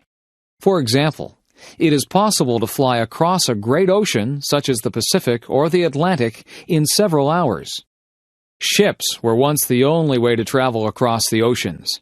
Before airplanes, it took many weeks or months to travel around the world. Today, Many people still travel by ship when crossing smaller bodies of water. Some ships, called ferries, allow people to bring their cars with them onto the ship. Some people also like to travel by ship as part of a holiday. These holiday ships, called cruise ships, stop in several interesting ports along the voyage. Trains are very popular in many places. In some places, such as Japan and France, trains travel at high speeds of about 300 kilometers per hour. These trains move people throughout the country very quickly and efficiently. A life experience. My friend Lanny and I went to Burger King yesterday. We ordered a big order of French fries and a couple of drinks. Lanny got a strawberry milkshake. I picked out a table near the window so we could look at the people passing by. As we were sitting there, we heard our favorite song, Butterfly, by the band Crazy Town, come on the radio. We looked at each other with big grins on our faces and started singing and dancing. It was great fun. Many people began staring at us, wondering why we were so happy. We didn't care. We just kept on moving and enjoying ourselves. The song ended and we were almost finished our food. We sat and talked about what was happening in our lives. She had just bought 4 new t-shirts for the summer. The new sandals she had gotten for her birthday had given her really bad blisters on the sides of her feet. When she wore other shoes, she had to wear band-aids on the blisters. I told her that I had bought 4 new CDs. I love music. As we finished our conversation, we finished off our drinks. I like going out with Lanny and talking. Lanny is my best friend, and I can talk to her about anything. I am glad I have her to share my life with, even if it is as simple as going to Burger King and eating French fries. Lanny and I are planning to travel together, so we are trying to save our money. Our French fries and drink only came to about $6, so we didn't feel too bad about spending our money. I wonder, though, if McDonald's would have been cheaper. Airplane ride. Tasha signed a piece of paper which gave her a chance to win a free airplane ride. She put her name, address, and telephone number on that piece of paper. A few days later, she got a telephone call. It was the man that was holding the ticket draw. Tasha didn't think she would win, but the man on the telephone said she did. She listened as the man told her where she would have to go to get her free airplane ride. She had to go near the town of Grimsby. She was allowed to pick a friend to go with her on the airplane ride. Tasha was so happy. She asked her twin sister Tanya to go with her. Tanya was very excited. Neither of them had been on an airplane before. When they got to the airplane center, Tasha and Tanya were nervous. They knew the airplane was small, so that meant only the pilot and them were going to be in the plane. Their mum took a picture of them beside the plane before they left. Tasha and Tanya hopped into the plane. They put their seatbelts on and got ready for takeoff. Tasha got to sit in the very front, right beside the pilot. Tanya sat behind Tasha. The girls laughed nervously as the plane started rolling down the runway. They went faster and faster, trees passing by quickly. There was a powerful surge making everyone's head jerk back. The plane started lifting off the ground. Up, up, and away! They were up off the ground and flying high in the sky. It seemed as though they could get anywhere within a matter of seconds. They flew from Grimsby to Beamsville, where they saw their high school. Then on to St. Catharines, and then Niagara Falls. They even flew over top of their house. They took pictures of their house. They could see their pond from way up there, too.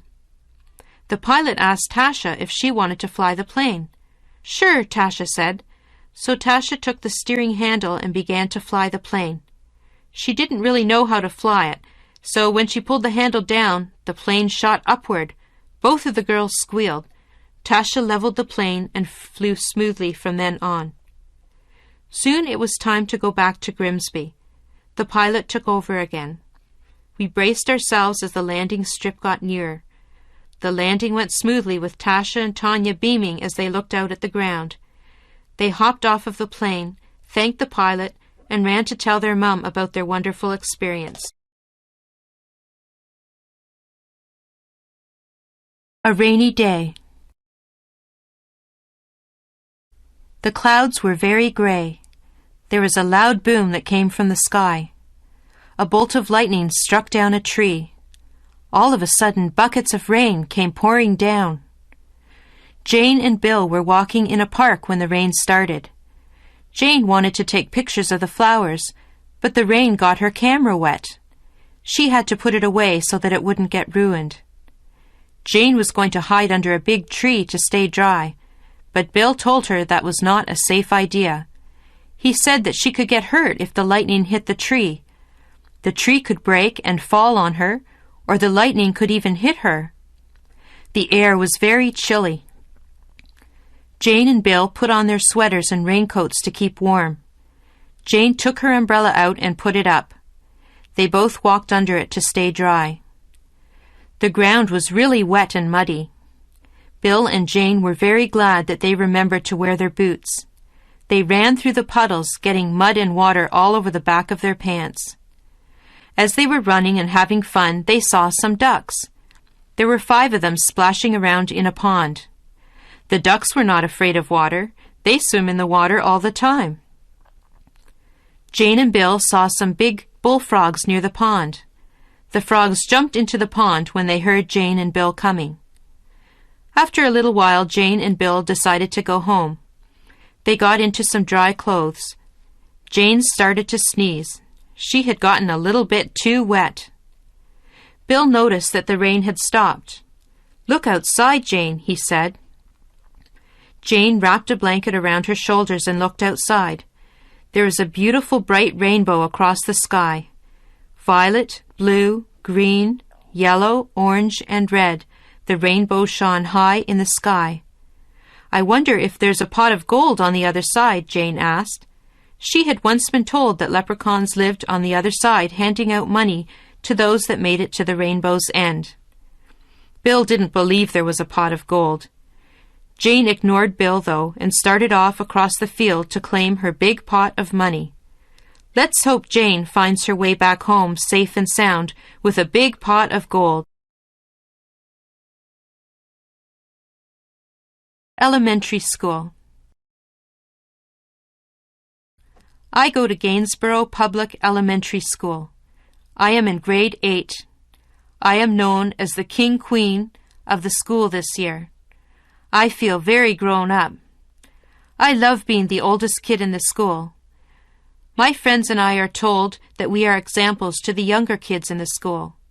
That means we need to be good. I remember looking up to the grade 8 kids when I was younger. I remember thinking how big and wise they seemed to be. Now that I'm in grade 8, I hope that the younger kids see me as wise. I want to be a music teacher or maybe a nurse. My school counselor helps me plan for high school. I am nervous because I know I will not feel like the king anymore. Things will be so different. I am excited because I will be meeting so many new people. I am looking forward to my graduation. I will wear a pink silky dress. My shoes are a light pink too. My date's name is Chad. He is very nice. He is a good friend. I have known Chad since I was a little girl. I know that my future will be a bright one. I will miss all of my friends, but I know we will see each other again someday. I am curious. I am curious about many things. I would like to find the answers to a lot of questions that I have. What holds the stars up in the sky? Why does ice form on the top of the lake when it is cold? Is there life on other planets? Why do we not fall off the face of the earth? How do caterpillars turn into butterflies? All of these things are mysteries to me. There are so many questions that are unanswered. I think I should go to the library and get a book to find out why people grow old. What makes a television work? I also want to know where electricity comes from. Who is the strongest person in the world? Who is the smartest person in the world? Why do some people have blonde hair and some people have black hair? Why do people in different countries speak different languages? Why do people have to die? Why are no two snowflakes alike? What makes people fall in love? What makes the rivers run? Why does the sun rise every morning? How did the oceans form? Why did the dinosaurs vanish from the earth? I wonder if I'll ever find out the answers to all of my questions. I think I'll have to study hard and stay in school to find out everything that I want to know. Some questions never get answered. It is good to be curious. People who are curious about things are the ones who learn a lot, and some curious people go on to invent things and make important discoveries. Creative people. Some people are just born to create. That's what I think. Some people just have the need to write stories, compose beautiful music, or paint pictures. Creativity seems to be inside them, and they need to let it out. It's good that we have people like that. Composers like Mozart and Chopin have given us music that is incredibly beautiful. It's not just the classical composers who have given us great pieces of music.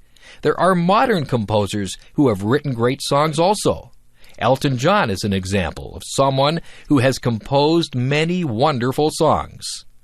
Andrew Lloyd Webber has given us some very popular musicals like Cats and The Phantom of the Opera. There are so many talented and creative people in this world. When you visit an art gallery, you marvel at how artists are able to recreate realism or make up something that seems totally unreal yet beautiful. The American artist Norman Rockwell painted some pictures that actually look like photographs. He tried to portray life as it was in America. Through his paintings, one can get a good sense of American life through the years. On the other hand, artists like Jackson Pollock did not portray realism. Jackson Pollock painted abstract pictures.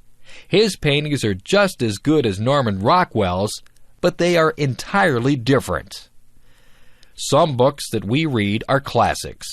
Mark Twain portrayed American life through his characters Tom Sawyer and Huckleberry Finn. Charles Dickens brought Victorian England to life through his books. Most people are familiar with his Christmas Carol, where the mean and miserable Scrooge learns the true meaning of Christmas. People don't have to read the classics. There are modern writers who entertain readers through their stories. Stephen King has written a number of horror stories. Some of his books have even been made into movies. We are lucky to have creative people who share their gifts with us. If you are lucky enough to be creative, you should use your talents to create works of art that we can all share. Career choices. What do you want to be when you grow up? There are so many things that you can be. You might want to work in the field of law. You could be a police officer. You could be a judge or a lawyer. Maybe you'd like to work in the food industry. You could be a cook or a waitress. You might want to manage a hotel dining room. Perhaps you would want to do room service in a hotel. You could be a chef and make fancy meals for people. Maybe show business is what you'd like to be involved in. You could act in television shows or movies. You could sing or play an instrument in a band. If you like to help people, you could go into medicine. You could be a doctor or a nurse. You might be a surgeon and operate on people. There are other jobs in the field of medicine too. You could be an X-ray technician or a lab technician. It takes a lot of education to be a doctor. Maybe you would rather be a teacher. You could teach in a primary school or a high school. If you don't want to work with children, you could become a professor at a university. There are hundreds of other jobs to choose from, too. You might want to fix cars or work in a store. You could be a dentist or a veterinarian. You could be a janitor or a zookeeper. There are so many jobs that I just can't name them all. Maybe you'd like to be a minister or an organist at a church. You could be a babysitter or a shop clerk. You might be interested in being an astronaut or a baker. You could work in a bank or at a shop. You could work on a construction crew and build roads and houses. Maybe you'd rather decorate the houses, so you could become an interior decorator. You could cut hair or be a driving instructor. The list is endless. There are even jobs that you may never have heard about. The choice is yours. You just choose whatever you want to be and do your best to become that. I could go on forever. You could work in a library. You could be a factory worker or a fisherman. You could make clothes or build bridges. You could wash windows or be a bricklayer. The possibilities are endless. I need glasses. I have been having trouble seeing the blackboard. Everything is blurry. I keep getting headaches. I told my mother about it, and she made an appointment with the optometrist. I went to a place where they made me read words and letters on a chart. Some of the words were big, and some were very small. I tried to read everything, but sometimes I couldn't see some of the small letters. The optometrist would cover one of my eyes while I read the chart. Then she would cover my other eye. She even put some drops in my eyes. I asked the optometrist if I had passed or failed the test. She laughed and said it wasn't that kind of test that you passed or failed. She was just trying to find out if I needed glasses. I did need glasses. My mother and I looked around. There were many pairs of frames. I wanted something that was in style. I tried on many pairs of frames. Some of them looked good on me, and some of them looked really funny on me. I finally chose a frame that was my favorite. I gave them to a lady who did some measurements. She told me to come back on Friday to get my glasses. On Friday, I got my glasses. My friends liked them. They said I looked smart in my glasses. I wore them to school on Monday, and I was able to see the blackboard clearly. I didn't realize how much I hadn't been able to see. Now I don't get headaches anymore. I'm glad that I have my glasses. Everything is a lot clearer now. I am clumsy. My mother says that I am clumsy. My father says that I am clumsy. I know that I am clumsy. I do things all the time that are clumsy. I fall down for no reason at all. If there is a crack in the sidewalk, I will be sure to trip on it and fall down. If I carry a plate of food in the cafeteria, I almost always either drop it or bump into someone with it. I don't try to do these things. It just happens. When I drink juice, I miss my mouth and get juice all over my shirt. I always have something spilled on my clothes. Last week I opened a jar of peanut butter. The jar flew out of my hands and landed upside down on the floor. There was a big glob of peanut butter on the floor. Yesterday I knocked over the sugar bowl. There was a big sticky mess on the floor. I bump my head when I get into the car. I rip my pants on things. I lose my money out of my pockets. I step on the cat's tail. I always feel bad when I do that because the cat thinks I don't love her. I don't mean to do these things. I am just a clumsy person. My parents tell me to slow down. I am always in a hurry. Maybe that's why I'm so clumsy. Maybe it's just a stage that I am going through. If it is, I hope it is over soon. Being clumsy is no fun at all. Home Alone. I remember the first time that my parents left me home alone. I was very grown up, and I thought that I would be just fine. I was fine for a while. I watched television and had something to eat. I called my friend on the phone, and we talked for a while. Then I sat down to read a book. The house was quiet, very quiet. I found myself listening very carefully. I heard a tap, tap, tapping noise. I wondered where it was coming from. It seemed to be coming from the window. I turned out the lights so that nobody would see me, and I peeked out the window carefully. I was expecting to see a robber tapping at my window. There was nobody there. It was just a tree branch swaying in the breeze and tapping at my window. I felt silly. I turned on the lights and sat back down to read my book. A few minutes later, I heard some creaking noises. I listened carefully. Then I heard a clunking noise. I think it might have been the furnace. Then there was a whirring noise. My imagination began to play tricks on me. I was imagining that there were all kinds of creatures in the house. I told myself to grow up. I wouldn't let my imagination run away with me.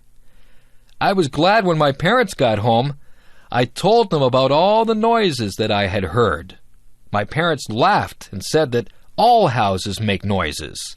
We're usually just so busy that we don't hear all the noises that go on. I have stayed home alone many times now. I just ignore all the little creaks and noises that I hear. I'm still alert and listen for anything suspicious, but I know that there are lots of noises that are harmless. That tree that taps on my window still frightens me sometimes, but I'm a lot braver now than I was the first time that I stayed home alone. First date. Ring, ring. The phone is ringing. My mother answers it. Hello, she says. It is for me. When I pick up the phone, I hear a boy's voice. It is a boy I go to school with. This boy is very nice, and he is cute, too. He asks me if I want to go out for dinner with him tonight. I say yes. He's going to pick me up at 5:30 p.m. in the evening. He has a nice red car. Before he picks me up, I have to find an outfit to wear. I am nervous and don't know what to wear. So my sister picks out an outfit for me. I feel excited and have the sensation of butterflies in my stomach. The inside of my hands are damp, too. I put on my outfit and do my hair. My sister gives me some nice clips to put in my hair. Ding dong! The doorbell buzzes. My date is here. I hurry to the door so I can greet him. He tells me that I look nice and that we are going to a place called MT Belly's. When we arrive at MT Belly's, there is loud music playing. A smiling waitress comes who serves us our food.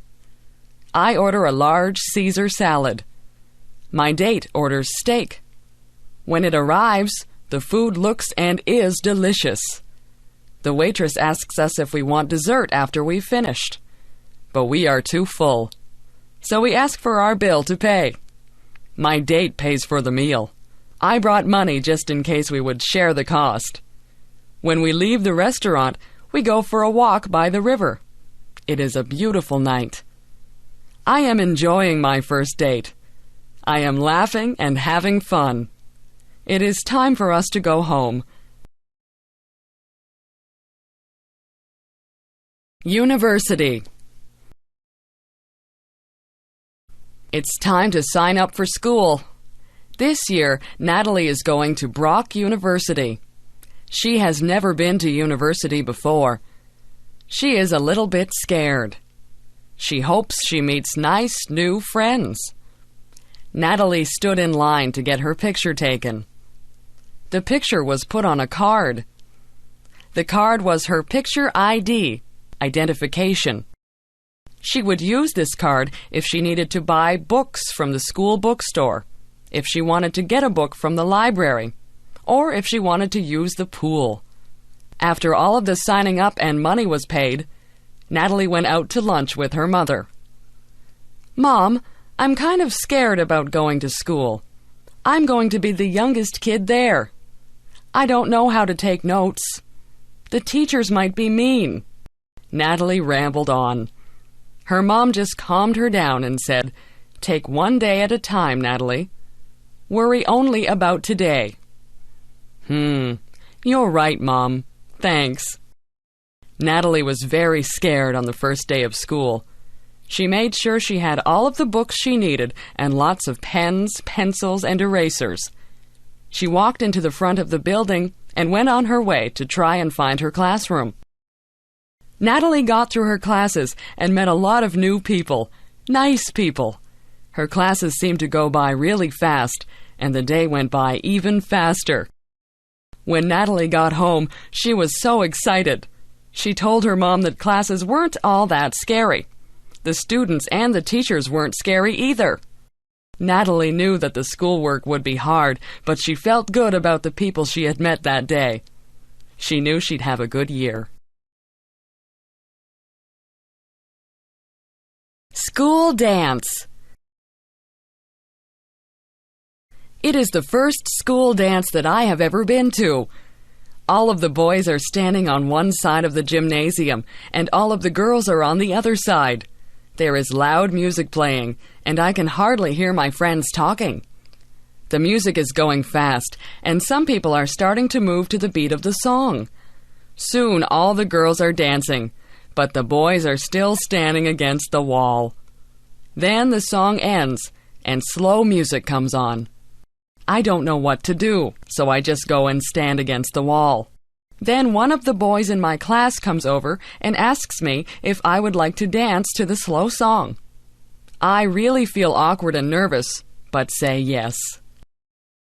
We go out into the middle of the gym, and he puts his hands on my waist, and I put my hands on his shoulders. We start to move to the music, and we step on each other's feet. He is bigger than me, so my toe starts to hurt a little bit. As we continue to slow dance, more boys and girls come to the middle of the gym to dance together. It sure is funny to watch people dance because they are stepping on each other's toes and bumping into each other and turning in opposite directions. Soon the song ends, and the boys go to one side of the gym again. The girls decide that they want to dance to a fast song, so they stay in the middle of the gym and dance with one another. Our teachers are making sure that we are behaving because they are watching us. I wonder if they want to dance. They probably are remembering their first school dance. I wonder if someday I'll be grown up, just like the teachers, and laughing at the memories of my first school dance. I sure hope so. Health. Our health is very important to us. People can have good jobs, money, or good looks. However, if they become sick, those things don't mean a thing. It is wonderful to feel good. Feeling good isn't just about our body. It is also about our mind and spirit. We need to feel good in every area of our life. One of the things we can do to be healthy is to get enough sleep. If we don't sleep well, or enough, it hurts our body. It is during sleep that our body restores itself. Everybody knows we should also eat good foods. We need milk products, meats, fruits, and vegetables, and breads and cereals. We shouldn't eat too much fat or sugar things either. Of course, we just shouldn't eat too much at all. Another thing that is very important is water. Most people...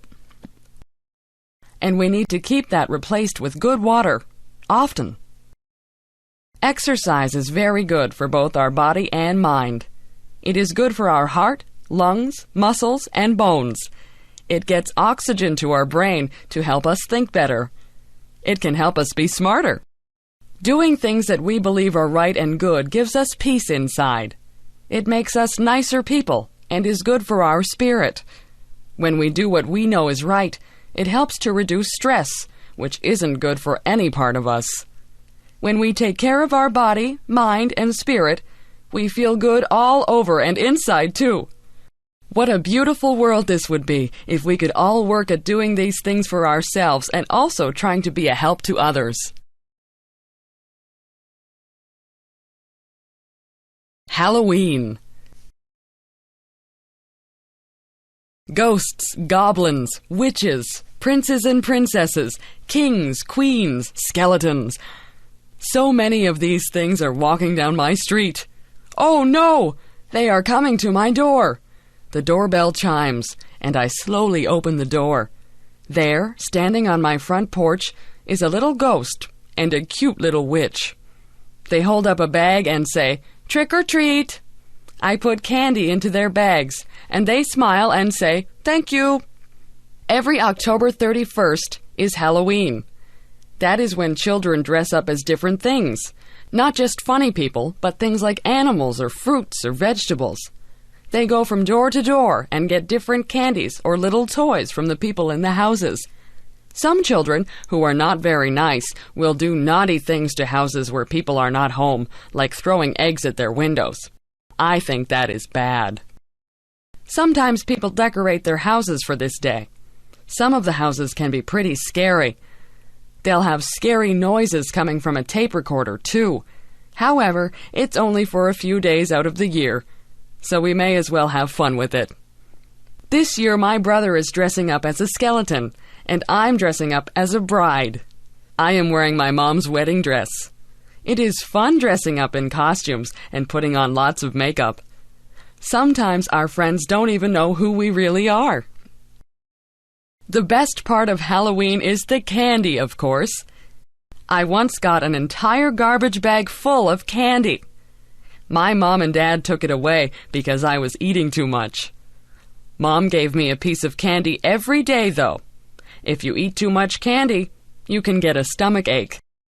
You need to remember to brush your teeth often, too, so you don't get cavities.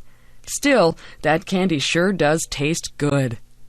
Well, it's time to go trick-or-treating, so off I go, door to door, getting yummy candy and hearing people say, "Oh, aren't you pretty?" New Year's. 10, 9, 8, 7, 6, 5, 4, 3, 2, 1. Happy New Year! What is New Year's? Well, to me, a new year is when the date of the year changes. This year it is 2001, and on December 31st at midnight, it will change to 2002. I wonder who invented the changing of the years, and how it was made the way it is. It must have been someone a long time ago, since it's already 2001. When New Year's comes closer, a lot of people talk about New Year's resolutions. I don't bother making resolutions because I never do them anyway, and the ones I do make are usually ones that will happen anyway. I guess it's just common sense. The biggest reason why I like New Year's is because of the fireworks that we have here in Canada and many other countries too. You should see some of the fireworks that go off. There are many different colors. There's pink, blue, purple, yellow, green, red, even white, silver, and gold. Fireworks make loud bangs, squeals, siren sounds, and sometimes all at once. There are lots of different sounds, but I can't even explain what they are all like. Fireworks are best when it's very dark outside. They light up the whole sky. Sometimes they look as though they are going to fall on you. I like New Year's because it's fun in other ways, but the fireworks are the best. You can buy fireworks to use for your own fireworks show. However, you have to be careful that no one gets burned or hurt. Usually there are parties at New Year's. Some people really dress up fancy and even wear masks. They don't know who one another is until midnight when they take their masks off. As midnight comes very close, everybody begins to count down, and then everyone yells out, "Happy New Year's!" and bangs pots and pans or rings bells or honk horns. Join me in the countdown on New Year's Eve. 10, 9, 8, 7, 6, 5, 4, 3, 2, 1. Happy Happy New Year! More music. I like music. I have always liked music. Even when I was very young, I liked music. I like to listen to it and to make it. When I was a little girl, listening to nice music would sometimes make me cry. That may seem silly, but the music was so pretty that I cried. As I grew older, I started to take piano lessons. I was not very good at first, but after a while, I got better. Also, as I grew older, I started to take violin lessons. I did not sound very good at all at first, but I improved. When I was a teenager in high school, I made sure I had music classes every year. Those were the classes I enjoyed most of all. Everyone loved music, and we had a lot of fun. I started to take private singing lessons while I was in high school, too. I also sang in the choir, played in a band, and acted in plays in high school. The plays were all musicals, so I got to sing and dance and enjoy music that way also. It was so much fun pretending to be other people. When I finished high school, I went to university to learn how to be a music teacher. That was a lot of fun because every day I was with other people who loved music as much as I do. Mostly, I played the piano, but I also learned how to play the drums, a saxophone, a trombone, a French horn, a clarinet, a flute, which I really was not very good at, and a viola. I took more singing lessons, too. We did not have plays to sing and act in, but I sang in the university choir. Some years, I played the piano for other students who were learning other instruments. One year, I played duets with another girl who was also there to play piano. She and I made sure we played fast, funny songs, so we really enjoyed ourselves doing it. Now, I am a music teacher. I do not have a lot of students, not as many as I used to have anyway. I still find it very rewarding. I like to see people who start off not knowing very much, if anything, and go on to be very good at creating music. I still love listening to music also. Music makes me happy when I am sad. It makes me want to dance or sing when I'm already happy. Mostly, music just makes me glad that I am me and that music is alive in me. Babies. My baby is asleep in my arms. Her soft cheek rests against my chest, while her sweet breath puffs gently on my skin. Her tiny lips are puckered a bit, her little eyelids flutter. I wonder what she dreams about as she sleeps. Does she dream? I have heard her whimper in her sleep. Sometimes she awakens with a scream. What is so scary in her little baby dreams? Once I heard her giggle as she slept. Her dreams must have been sweet that day. I have had 3 babies. The one I am holding now is my last one. My other babies are grown up more and now at school. I love their childish play and laughter. I miss their baby dimples and their baby sounds and smells. There is such joy in the birth of a new baby. We hear their first little cry, telling us all is well with their small world. We feel their newborn skin, wrinkled, soft, and slightly damp. We feel each little limb and are filled with wonder and humility. Life is good as baby takes its first food from its mother. Family gathers around, each waiting to hold and love this newest member. Each time the baby cries, its mom worries, and their bond becomes stronger. Babies have their own special smell. Some have described it as milk and innocence. It is the sweetest smell on earth, I think. It cannot be copied. Somehow, it disappears as baby grows. I love to hear my baby talk. Once in a while, I can even understand a little bit. She is so serious in her baby talk that I just have to pick her up and hug her. I love to hear her say, "Mommy." When my baby is tickled or when the dog or her big brothers do something funny, it is so sweet to hear her baby laugh. It's such a cute little giggle. Sometimes she laughs so hard, her face turns red, tears come to her eyes, and she falls down weak with the laughter. Those who watch her can't help but laugh too. I hope she always laughs so easily. The parents watch with pride and joy as baby grows and has many firsts. There is the first time baby sleeps through the night, rolls over, smiles, laughs, hugs and kisses. Then there is the first tooth, crawling, first step, and first word. With each new first, the baby becomes less a baby. These steps are a little sad to parents, too, because they know they're losing their baby. However, to a mother, even an adult child is still her baby. My baby is not perfect. Sometimes she gets mad or whines for no reason. But to me, she is still beautiful. Her smiles more than make up for her tears. Her hugs wipe away when she's been bad. I intend to cherish each moment with my baby while I can.